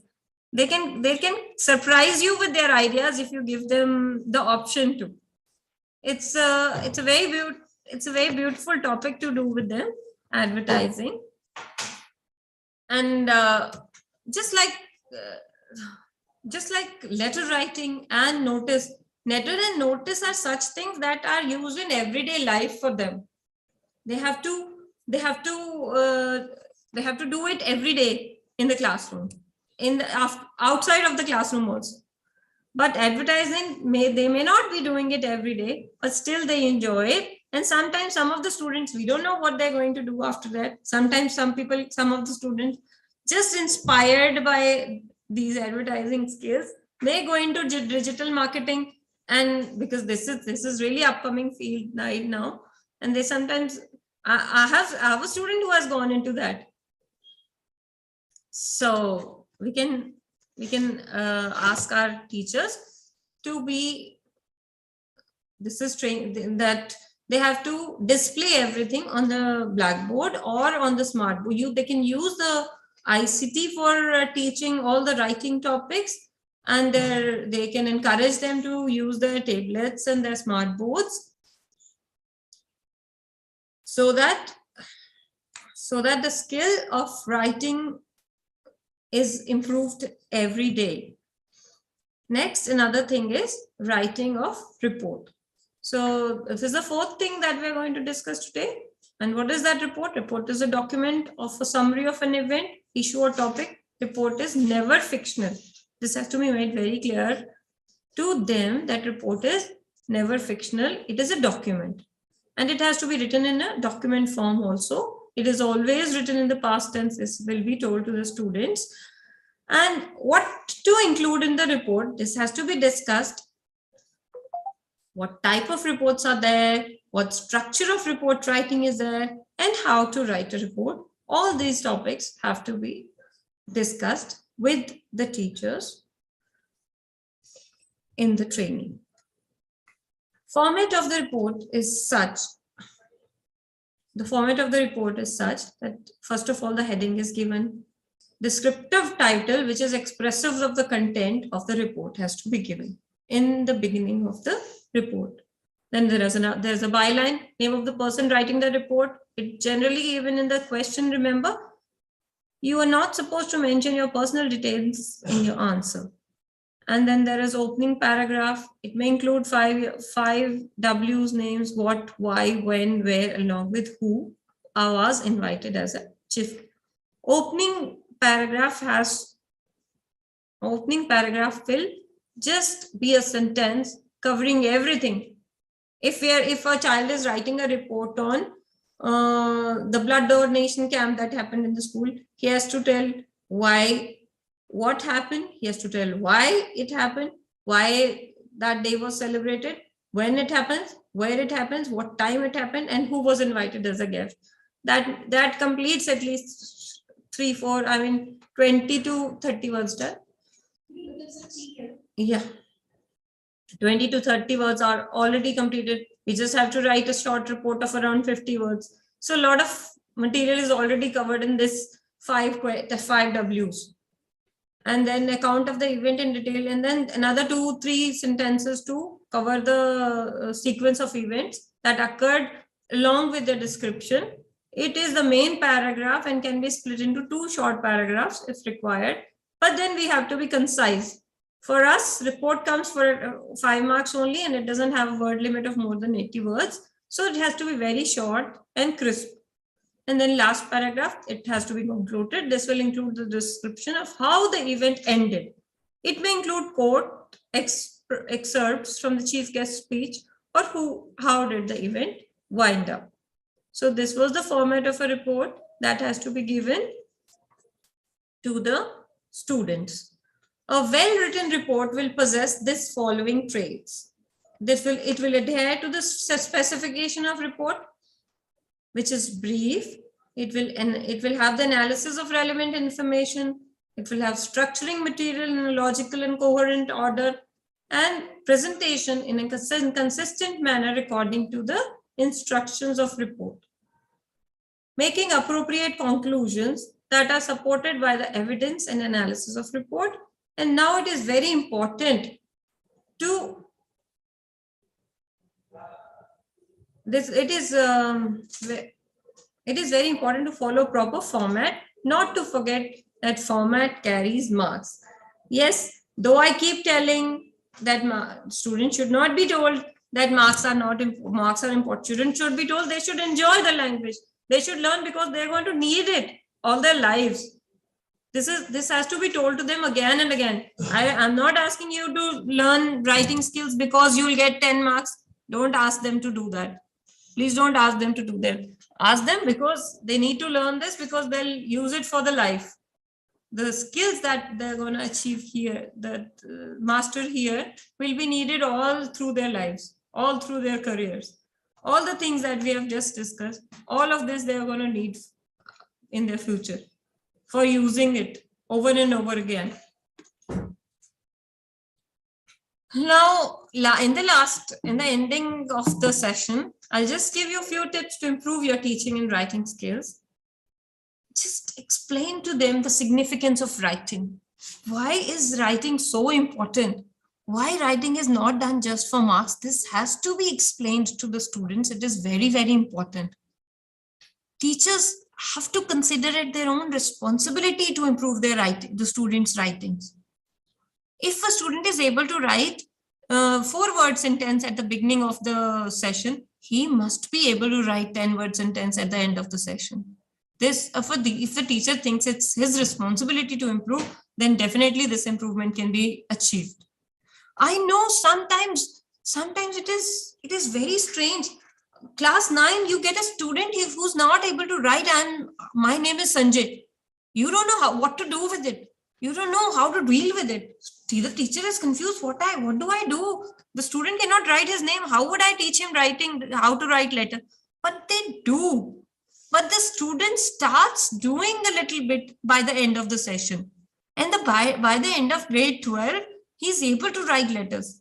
The teacher has to think that I have to improve him, and they'll be able to. They should make it clear to the students that you place a high value on good writing. Tell them from the beginning that if you're writing good, just appreciate them a bit. Give them value. That if they're writing, even if they're writing a little bit, just give it your appreciation. Regularly assign brief writing exercises and supervise the process, and if you're writing something, do share it with your students, and encourage journalism. Journaling is, you know what journaling is. It means writing what they're doing every day, every night, whatever they have done. It's writing a diary, write a journal of their own lives, and that definitely improves writing. And of course, we need to motivate little bit of peer work. Sometimes peer work excellently. We made the classrooms into groups and we asked our brilliant students to monitor the little less brilliant students. Then this really works. It really works. Just they need to try it. So these are my final tips for improving writing skills. And this is where I conclude my session. And now I invite, if there are any queries from your side, if you want to ask something, now you may go on asking. Or Rajni has given the permission, I think. And Mr. Mohinder Singh is trying to say something. Yes, sir. Rajni, have you Ma'am, yes, within seconds I am allowing. You please wait. Okay.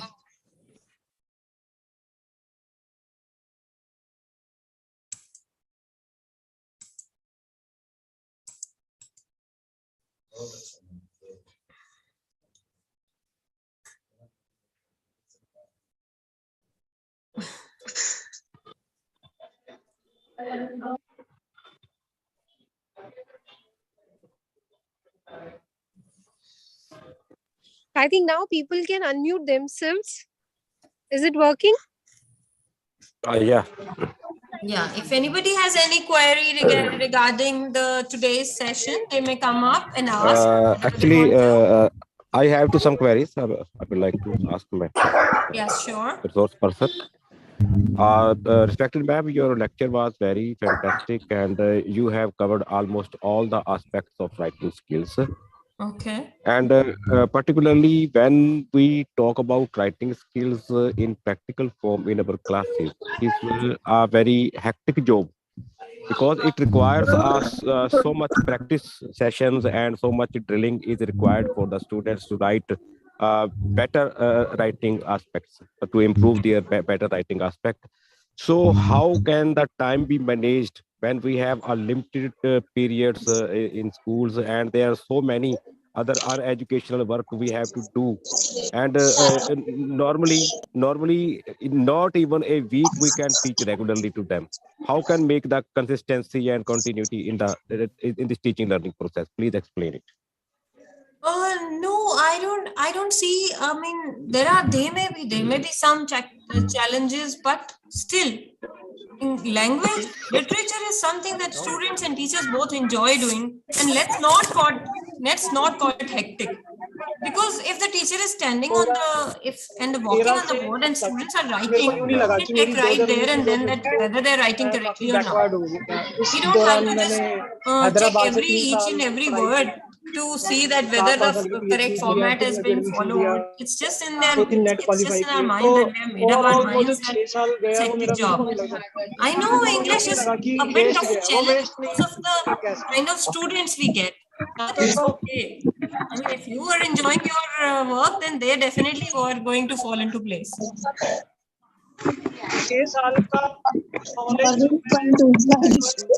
Anybody else? If you have any query, you may come up. But unnecessary, please switch off your mind because there is a lot of disturbance coming up.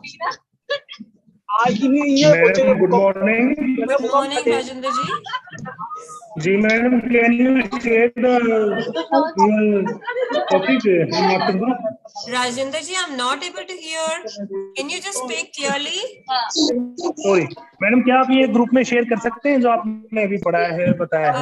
Definitely we'll share it. Eventually we'll share everything that has been taught to you, that has been done in the class here. I understand that you'll be needing some material to be for the training that you're going to take. Anything else? Now the session for next session, the time has come for the next session and Dr. Dinesh Fogart is here. I'll hand it over to him for the next session. Thank you. Register के अलावा है क्या? उनको समझ में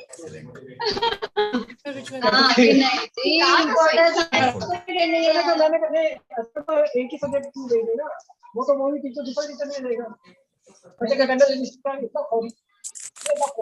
5 number है, कर ले 4 नंबर तो कोई नहीं है। बैठो तब खेल देंगे 4 नंबर कह रहे थे मैं सही सर से स्टूडेंट Sometimes. अच्छा वही वाली अच्छा आपने बस वो पढ़ाया थैंक यू। अपने हमको सरकार के पैसे मिल रहे हैं ना, एक को पढ़ाने के लिए मेरे बहुतों को मिल रहे हैं स्पेशल पढ़ाने पैसे ना वही ना अपनी मदर डाइट होगी क्या पीछे बैठी थी पीछे मुड़ के और मैं बलदेव नगर से ऐसे अपनी ये अच्छा तेरे को दूर दूर आजकल भाटिया कोई बात नहीं करो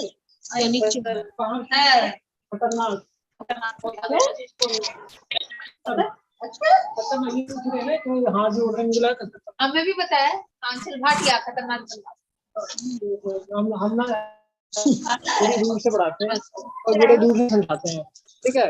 और ये तो आई हूँ किसी पर पर्सनल कोई कमेंट नहीं हो पीछे मैडम ना ना सुन तो उसके बाद भी कितने खजाना मिल जाएगा, ठीक है। तो देर होगी हमारे पास यार, सही है। तो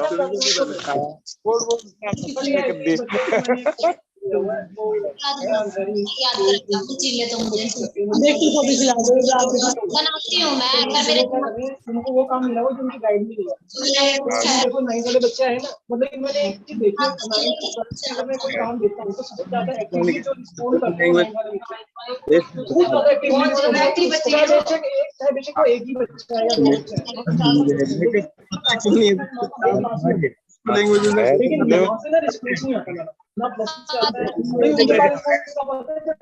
जाकर मैं उनको भी क्या किया तब जाके कुछ जवाब देंगे आप लाओ भूकंप ये छठे पीरियड से पहले मेरे पास यूं आते एक बार सही है। आप भी कहते हैं उसमें भी उठाया था। Good afternoon, is the screen visible to you? अब क्या करें देखो छुट्टियां पड़ेगी मैं उनको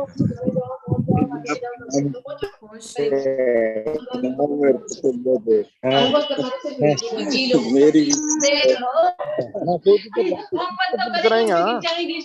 नहीं आना उन्होंने रिक्वेस्ट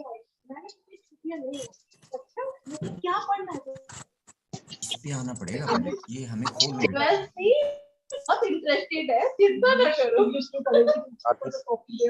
लोग हमें पता है इंग्लिश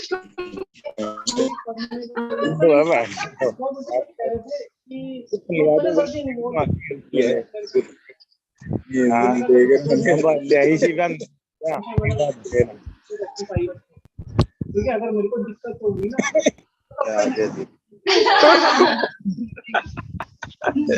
मैं क्या बता रहा है दिमाग खराब मैंने दिमाग खराब करने दे रखा टीचिंग लिसनिंग है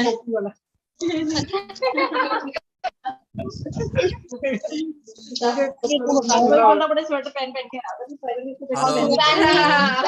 यार ये तो मैंने पहले से कर दिया।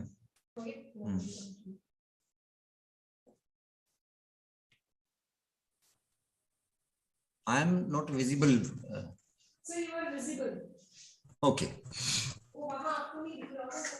A very good afternoon to all of the participants, my fellow teachers from DITES and from different institutions. I am Dinesh Fogat, subject specialist English in SCERT here in Gurgaon. Today we'll be discussing about two very important or the most important skills of teaching language, that is listening and speaking. If there is any problem in the sound or in video, you can send your issue in the chat box. Let us start with the listening skill. When we learn any language, there are 4 skills that we need to complete communication. These are called these 4 skills, like listening, speaking, reading, and writing. In this system, I have intentionally mentioned these skills in a particular sequence, and that is starting with listening skill, then speaking skill, and reading, and then writing. So when we learn our native language, we usually learn to listen first, then to speak, then to read, and finally to write. This is a psychological aspect of language learning. We start our language with listening, then only be able to attain these three skills. As you can see, listening is the first language skill. It is perhaps the most important skill of all, the basis of other three. The main point here in the introduction I want to convey to Sir, you. may I please disturb you once? I'm really sorry. Yes, Rajni. Sir, I have shared the link which I have already shared in the morning session, which is for your registration, where we will count your attendance. So I request all of you, because there are only 59 participants registered themselves. So now we have 70, and the number was 90 plus in morning. So those who didn't register themselves, please register and mark their attendance through Google form. Am I think it's clear to all, no? Yes, you can ask Dr. Rajni. You can unmute somebody and then ask. No, I request you reply in chat box, because now I have disallowed themselves to disable their mute function. So please write in chat box. I will communicate there so the session could not interrupt. Yeah, Vikrant Saigal said yes. So yes, you please Neha is register saying those yes. who did. Okay. Thank you, sir. Now you can continue, please. Okay, thank you, Dr. Rajni, for helping us. There is a system of these four language skills. That is the direction of the communication, in or out. Then the method of communication, spoken or written.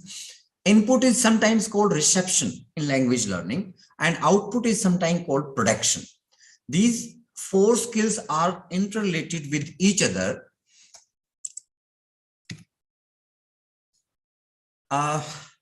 Here, I am starting with teaching listening. I have intentionally not written skill here. First, we have to understand what is listening. Children in an English language class will listen to a great variety of text, but above all to their teacher talking, singing, chanting, telling stories, etc. The teacher should often talk a lot in the target language because they provide the language input. Here, especially in northern India, and especially in case of Haryana, we have such problem we are facing in classroom teaching, that if we use our target language, here target language is our English language. English as a language, as a second language. So if we directly use this language as a target language in the class, or language for communication, then the student will not be able to understand the content. This is the perception of our teachers. But here, as a language teacher, I would suggest you that even though if they are not able to understand the content fully in first go, still you should use maximum words, or you should use English language in normal communication in the classroom also. So, although you can switch over to Hindi, but you again need to come to the English. This will help student to get used to the intonation pattern and the sound of the language. Teachers should talk and comment on what is going on as they point to pictures in the book or on the classroom. Now, the last point is here for a general discussion in the classroom. Whenever you are teaching a chapter, when you are teaching a grammar portion or composition, you should use maximum words or maximum phrases of English to make the student more comfortable in the target language. Otherwise, if we use the traditional method of translation, if we read a single sentence of English and then we immediately translate it word to word, that will not only hinder the process of second language learning, but also stop the student to enjoy the taste of that new language. Number one. Number two, if we use word-to-word translation method, it will be very difficult for the student to understand that content because they will be confused in the word. For example, if I can quote an example here. There was a sentence written by a teacher in the classroom that मेरा सिर दुख रहा है, इसकी अंग्रेजी बनाइए बेटा. So students are habitual of converting it to their mother tongue. So the student wrote on the chalkboard below that Hindi sentence that my head is eating cycle. This happened because of word-to-word translation in classroom teaching. So for development of listening, we have to provide the student that environment, what we want from them. Then there should be variety in this listening process. Children in English language class will enjoy if you continuously use the target language. There should be some creative exercises. By employing a variety of creative exercises, teacher can help students develop strong listening skills that will aid them throughout their academic careers. You as a language teacher, you as a language master trainer should convey this message to our teacher in the field, in the schools, that this is not a matter of 80 marks. Of course, it is very important to get good marks. Of course, it's very important to attempt all the questions in the language paper. But we have special responsibility on our shoulders that after completion of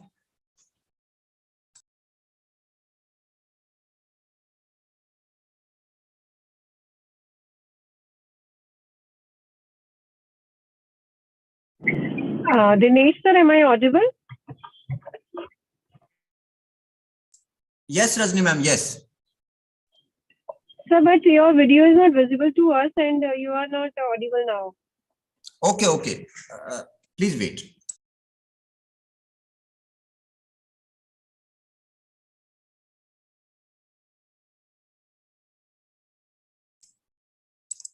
I think now I am visible. My presentation is visible and I am audible. Yes. Thank you, madam. Thank you. So there is a research sort of thing. It has been estimated that adults spend almost half their communication time in listening, and students may receive as much as 90% of their in-school information through listening to instructors and to one another. It is very important data that if students are getting target language as input, it is definite that the output will be in the same language. So it is our responsibility that students not only write their paper, not only write their answer in their answer sheet in board paper and other papers, but it is our responsibility. It is language teachers' responsibility that they should be able to eloquent enough. They should be able to equipped enough to face the challenges specifically related to language in their upcoming careers. That is why I usually say that English is not to be taught in school as a subject. It has to be taught as a language. So this is the research I was talking about. If 90% of the information in teacher or an instructor or the peer group the student is getting from, then we should provide that environment, that aura to the student, that they should be able to get maximum information in the target language. So let it be not as a subject, it should be there in the classroom as a language. Listening, if I'm making some sound on the table, this is also listening, but listening means intentional listening. This we have to talk to the student. Listening aspect of difficulty listening is an active skill, and there are many factors that contribute to its difficulty.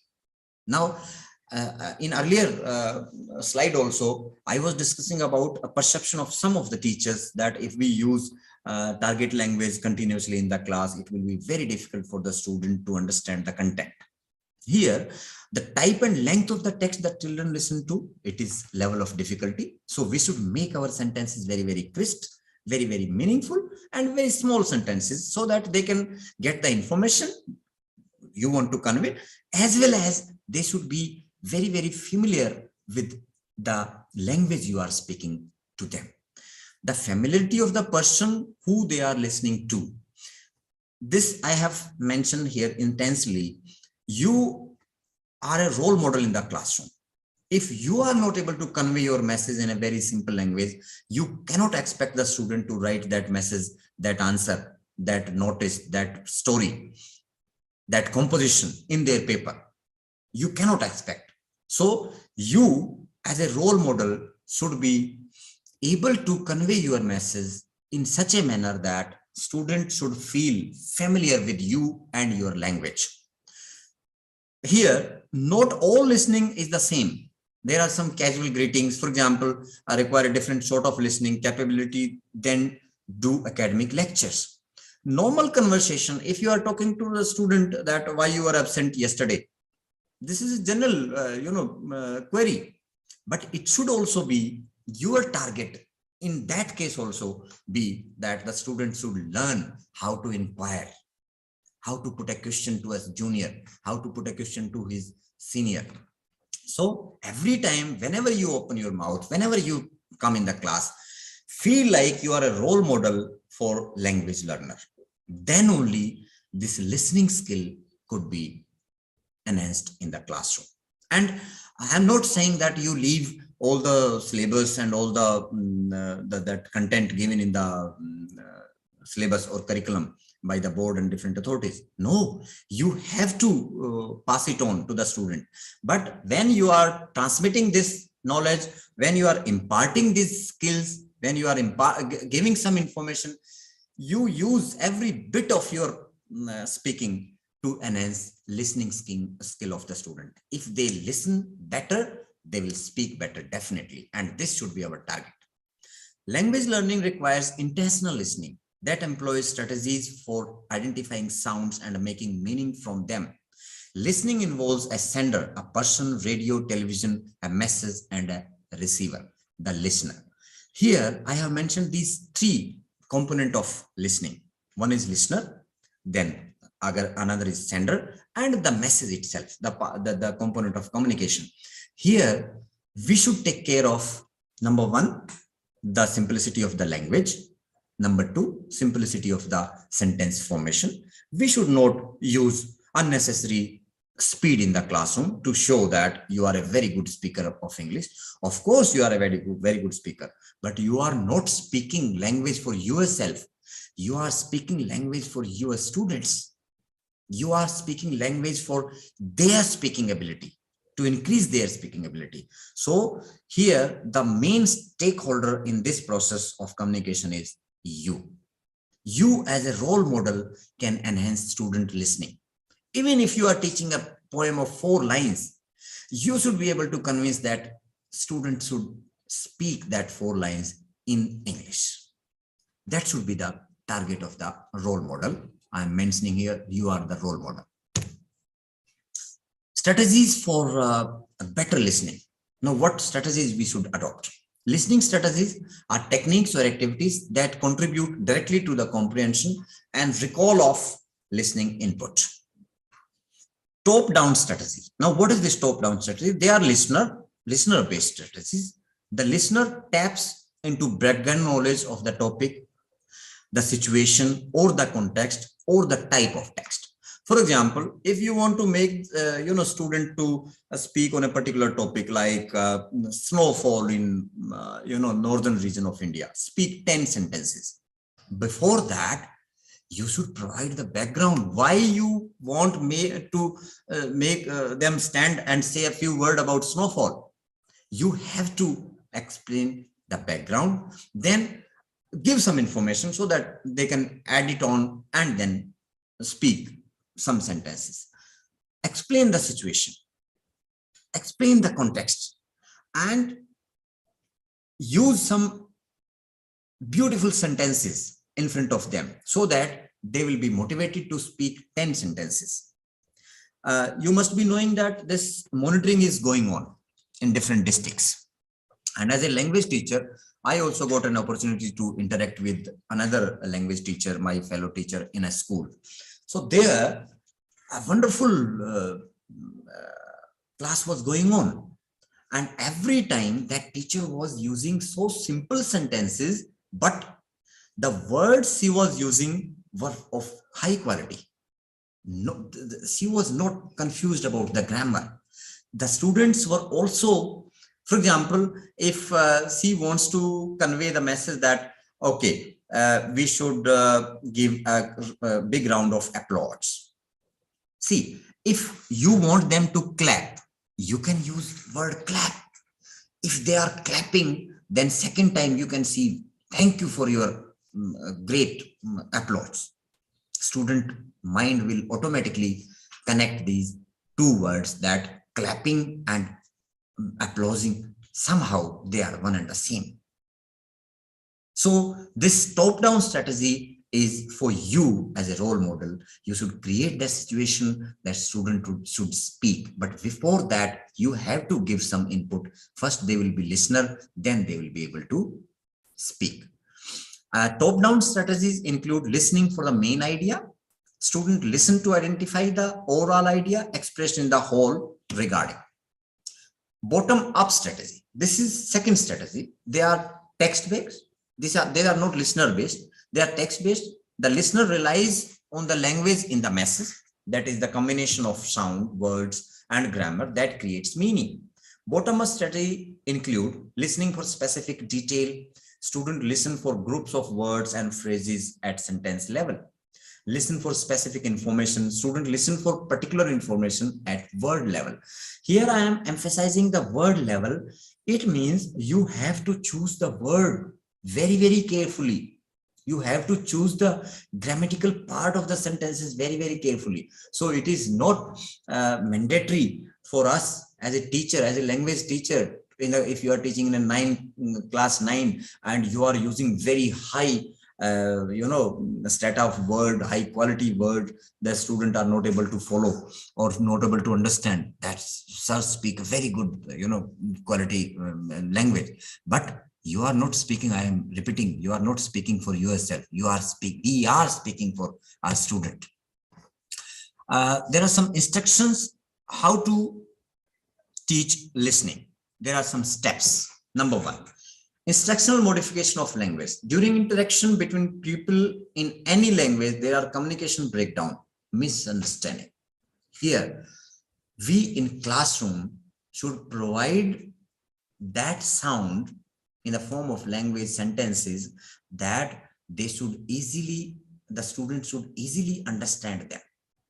Number 2, ask student to demonstrate listening by predicting the end of the story. Speak few sentences about some incident or some beautiful scene somewhere in TV or in serial or in your school assembly. And then ask student, what should be the end of this story I'm telling? In between, you ask the student. This will not only ensure that they are getting you, but also encourage the student who are lagging behind in listening. They will definitely be motivated. Okay, next time I will tell the end of that next story told by the teacher, to be told by the teacher. Then next is encourage student to listen for unfamiliar words and raise their hand to ask for definitions to increase their comprehension. Here, my fellow teachers, I request you all, please do not use the word difficult word in prose and in poetry. Please don't use difficult word. No word is difficult for the student. We should use the new words in their notebooks also. If you are giving them exercise of recalling some meanings of some words and antonyms and synonyms, in each chapter there are some words which are new to some of your students. So these are not difficult words. These are unfamiliar words. These are new words to the student. So every time, whenever you are speaking and students are listening, give them a chance to raise their hand regarding new words used by you. You should be ready for each word, because some word may be familiar for the student, but if a single word spoken by you is unfamiliar or is new for the student, it is your responsibility as a language teacher that it should be made clear immediately in the classroom. The next is play a record or tape recording of a student's song. It could be done on smart board you are having in your classroom. It could be done through mobile phone if it is possible. Then quiz the student on the song after playing it for the class. Then step 5 is play listening games like Simon Says or Hokey Pokey. These are some poems varying from instruction, so that student have to listen closely to succeed. Before going to speaking skill, I want to conclude that listening skill is more about the teacher as a role model.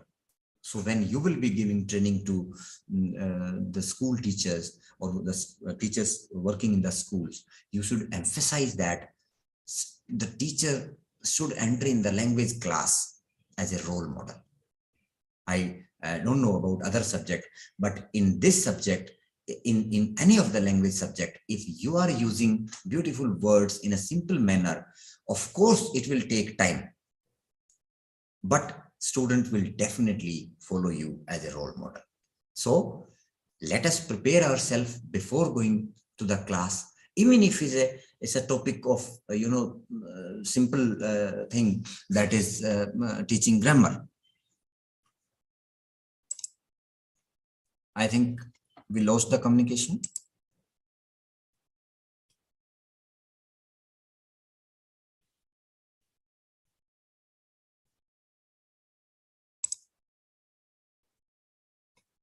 Am I audible to all? Akashdeep ji?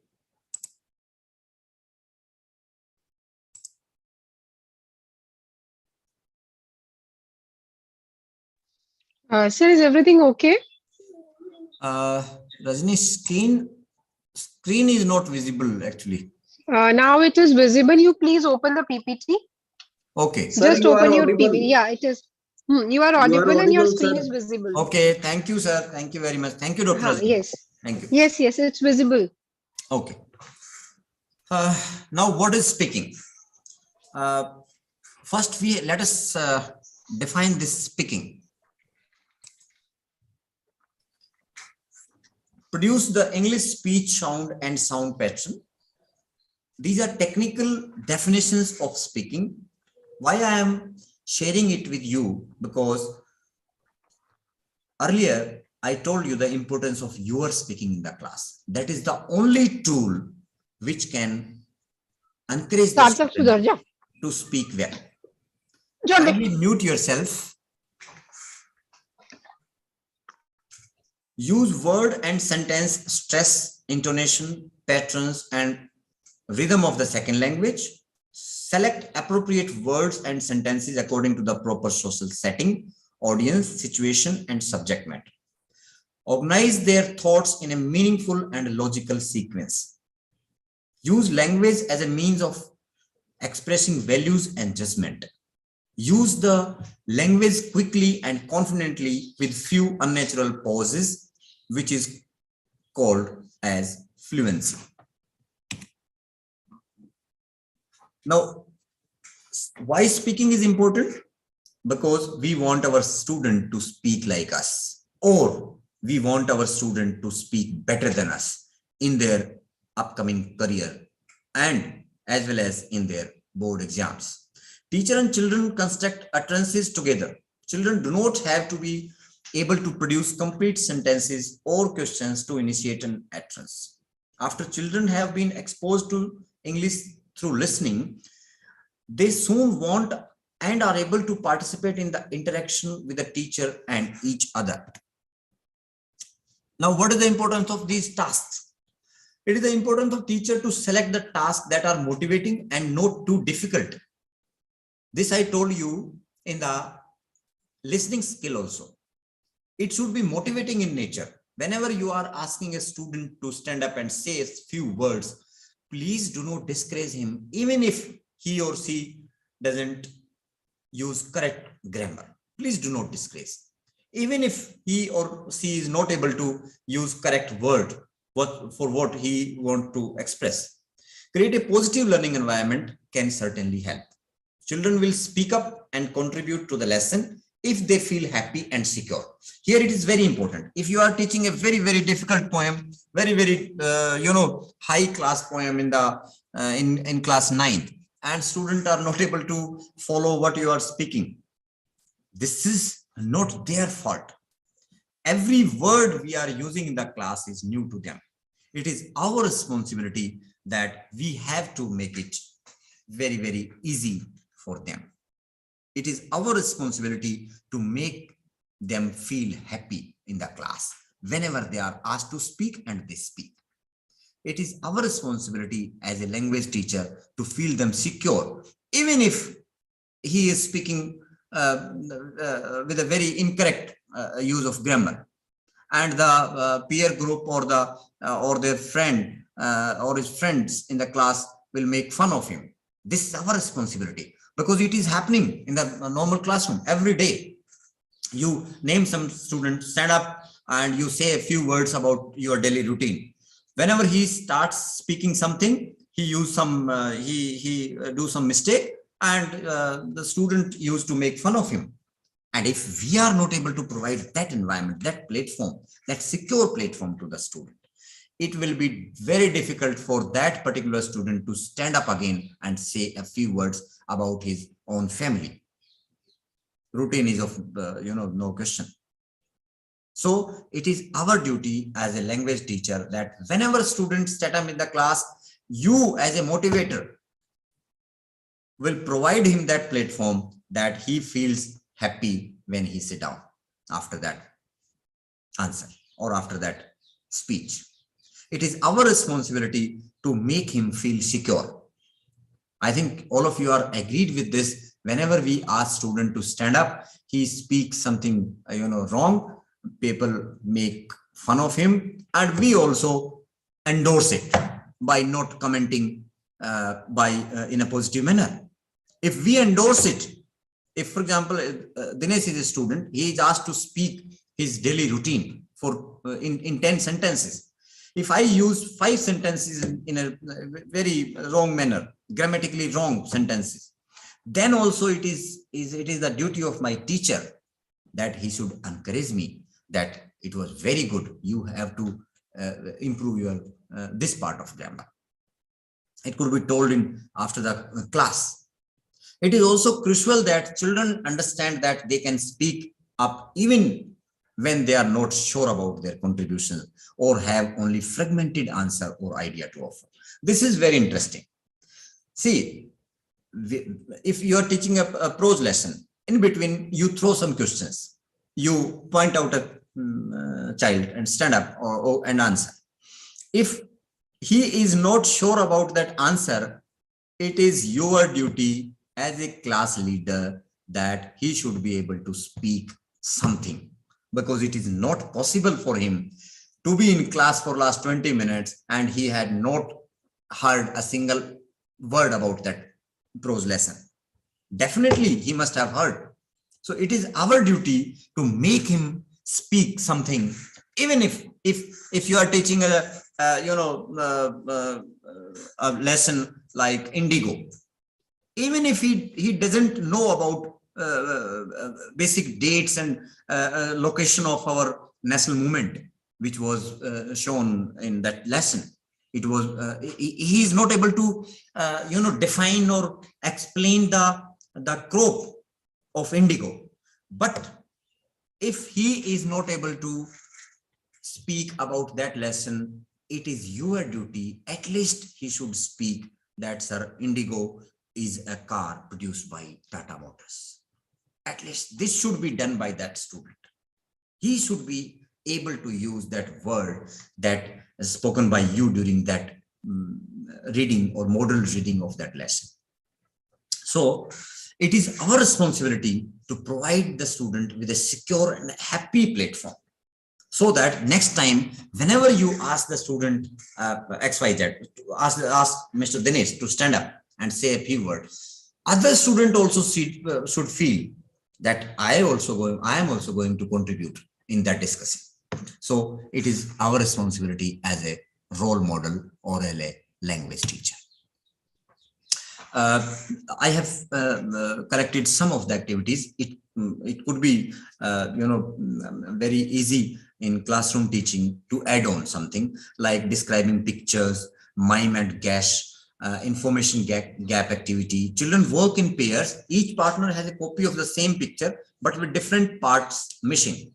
They describe their picture to each other and draw the missing parts, like favorite food, favorite sports, favorite personality, or their favorite subject, or their favorite teacher.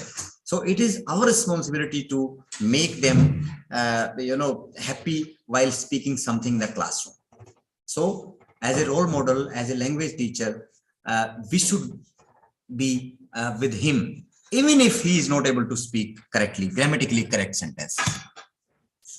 Now, in the concluding part, I want to give some tips to increase the listening skill or enhance the listening skill.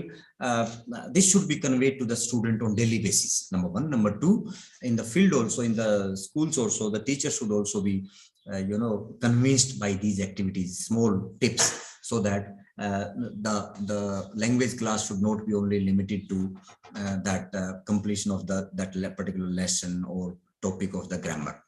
It should be on daily basis that students should be informed about these tips. Like consider eye contact. For listening skill, it is very easy for the listener if he or she makes eye contact with the speaker. Be alert, but not intense. Pay attention to non-verbal signs such as body language and tone and intonation, etc., etc. Make a mental image of what the speaker is saying. It is our responsibility to make our student, that imagination should be there, that what he is speaking about, even if he is not able to get that exact meaning of the sentences you are speaking in the class. Identify with the speaker, provide feedback, keep an open mind. Students should provide feedback that I have discussed in the earlier slides also, that encourage the student to raise their hand if he or she listen to a new words. Here I am using new words because no word is difficult for the student. So let the student keep their mind open while you are speaking in the class. And our target, as a language teacher, our target is to make them comfortable when you speak, because your target is not to show your fluency in English. Your target is to make them understand what you are speaking. Number two, your target is to make them speak not as you are expecting on the first day, but if it is a routine, they will be able to speak, even if they are not of that bright language background, we can say. Here are some tips for teaching speaking. This I have discussed in all slides. This is the crux of my presentation, that provide maximum opportunities to the student to speak the target language by providing a rich environment that contains collaborative work, authentic materials, and tasks and shared knowledge. Here again, it is our duty to provide students that platform that they will be able to use target language for their day-to-day conversation, day-to-day communication. Even if you are talking as informal sort of thing in the class, that who were absent yesterday and all, they should feel comfortable while answering your questions in a non-formal communication also. Try to involve each student in every speaking activity. For this aim, practice different ways of student participation. Here, if we make our classroom teaching one way, we are reading the text, we are reciting a poem and then explaining it by translating in the mother tongue of the student. We are not providing that platform, because if you immediately translate that text or that context in the mother tongue of the student, you can't expect them to speak in target language. So reduce teachers' speaking time in class while increasing students' speaking time. Step back and observe student. This is very interesting. In language class specifically, it should happen. Reduce your speaking time. Encourage students to speak. Even if they are not able to use complete English sentence, let them use bilingual. Let them take their time to translate in their thinking.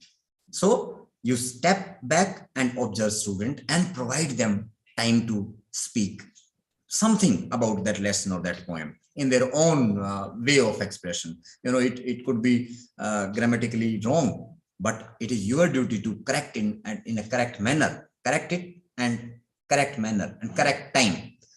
We should not stop speaking a student even if he is using nonsense sort of grammar. No, because next time you can't expect him to stand and answer. Indicate positive signs when commenting on a student response. This is very important.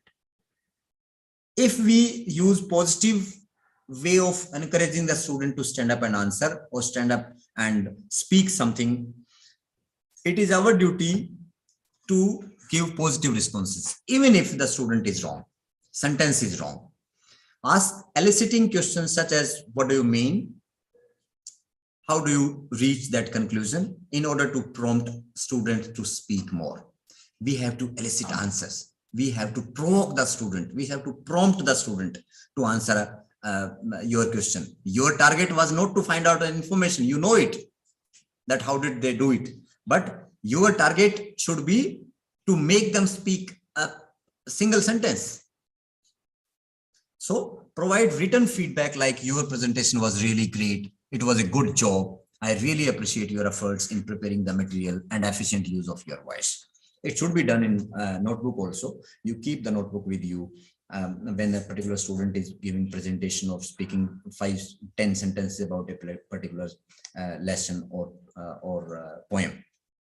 So it should be motivating by verbal way of communication. But if it is written on their notebook, they can show they can show it their parents, they can show it to their friends that yes, today I got it good and excellent while I was speaking. So next time you made him ready. Whenever he'll get a chance, he'll stand up and speak.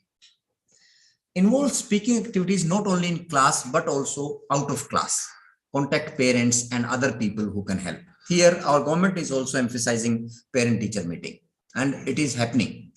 If we interact with parents, there is an excuse, sir, they are their mother tongue is Haryanvi, their mother tongue is Hindi. Even if our mother tongue is also Hindi, but we are able to speak. How? Because our teacher, this is our teacher's contribution in our personality.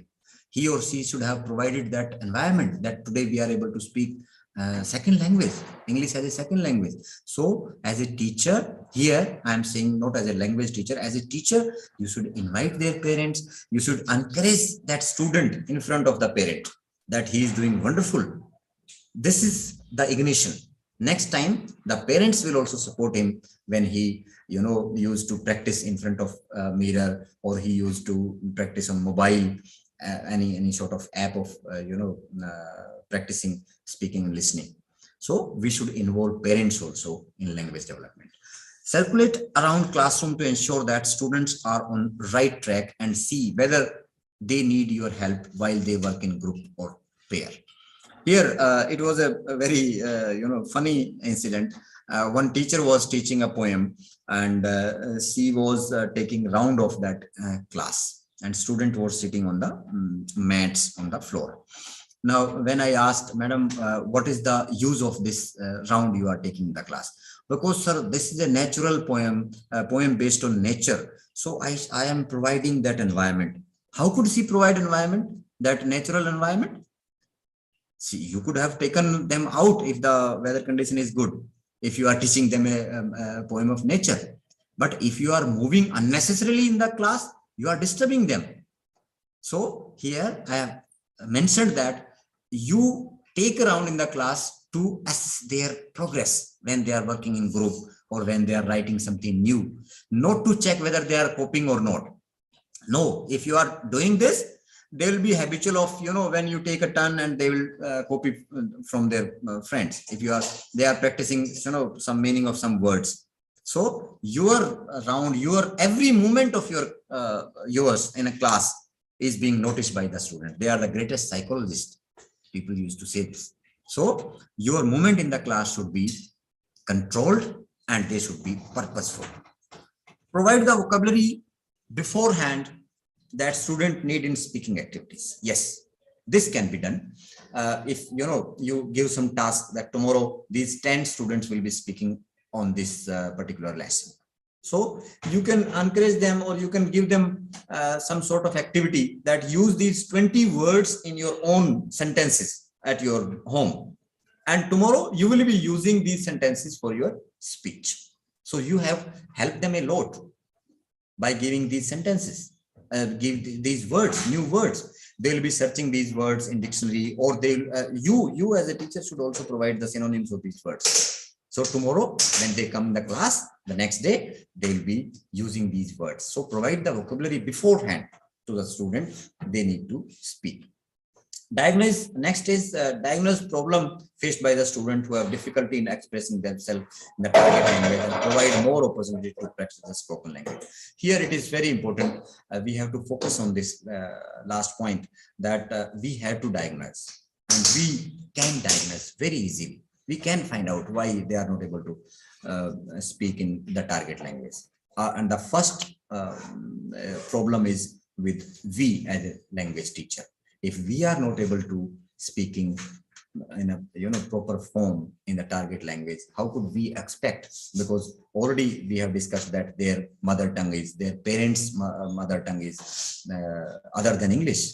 So it is our duty for 40 minutes, 50 minutes of period, they should feel that they are able to speak a very good target language. So diagnostic approach is very good. But before that, whenever I told you, whenever you enter in the class like a language teacher, not as a subject teacher. It will be very, very helpful to the students to speak in target language. Thank you very much for listening to this presentation. Now I request Dr. Rajni to unmute you if you ask some questions or give some suggestions for further trainings. Yes, sir, I have given the permission. Anyone please check. Yes, Rajni. Anish has unmuted himself, so they have permission, they can ask. And before your question, I would like to remind you, please fill the registration form, please.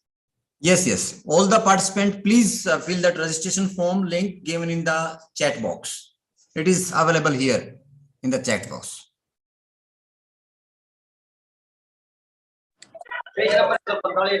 Sheetal ma'am, thank you very much for your encouraging words.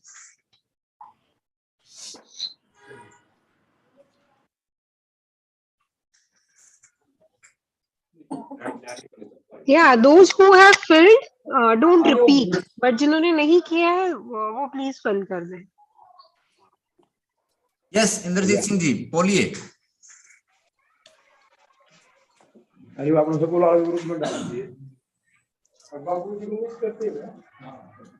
Sir, good morning. Good morning ji, good afternoon. बताएं. Rajender Tawar, GGT English. Sir, a very wonderful session. Please share your PPT in group, please. Definitely. I am sharing it right now. Thank you very much. Thank you.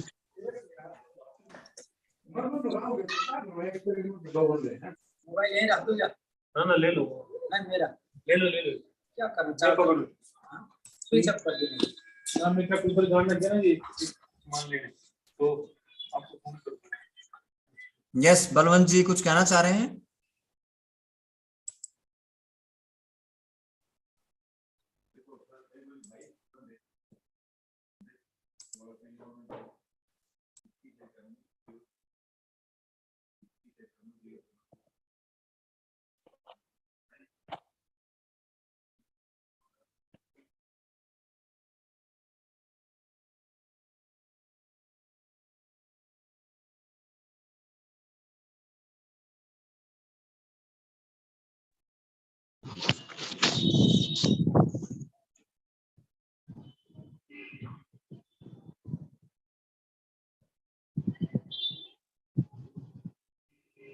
Hello.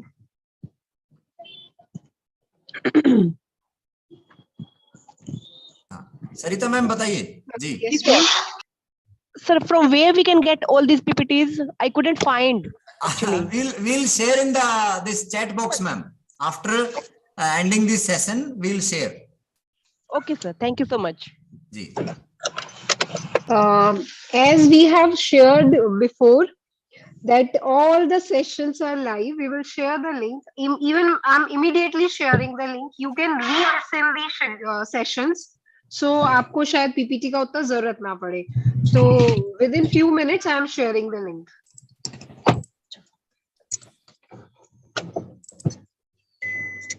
Yes. Anybody else? Pallavi ji बताएं.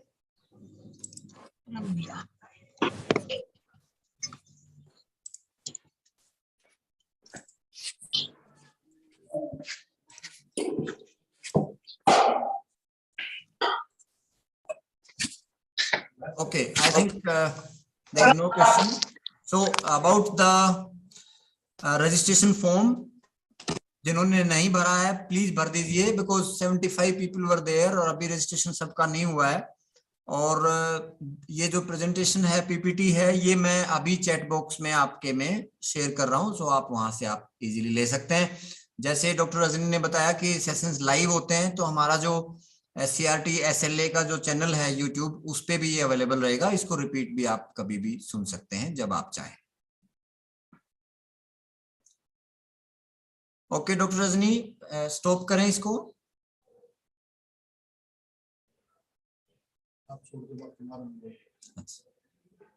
Thank you very much to all of you. Sir, yes, as you feel. Yes, you can stop it.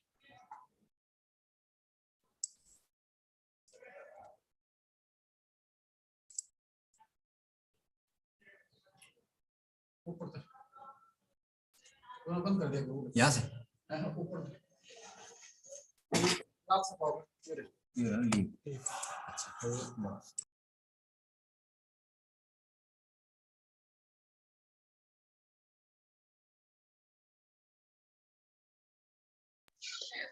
Yes Chetna ma'am, जो first link है वो आपका आज का पूरा दिन का ट्रेनिंग का है. And remaining 2 links are for yesterday's session. One link is of session of Vijender Gaur and another is of Vandana ma'am and Dr. Dinesh. So you can save the link if you don't find again. So you go on SLA SCERT HR. So in the channel, go on the live link. So you will have all the live sessions there.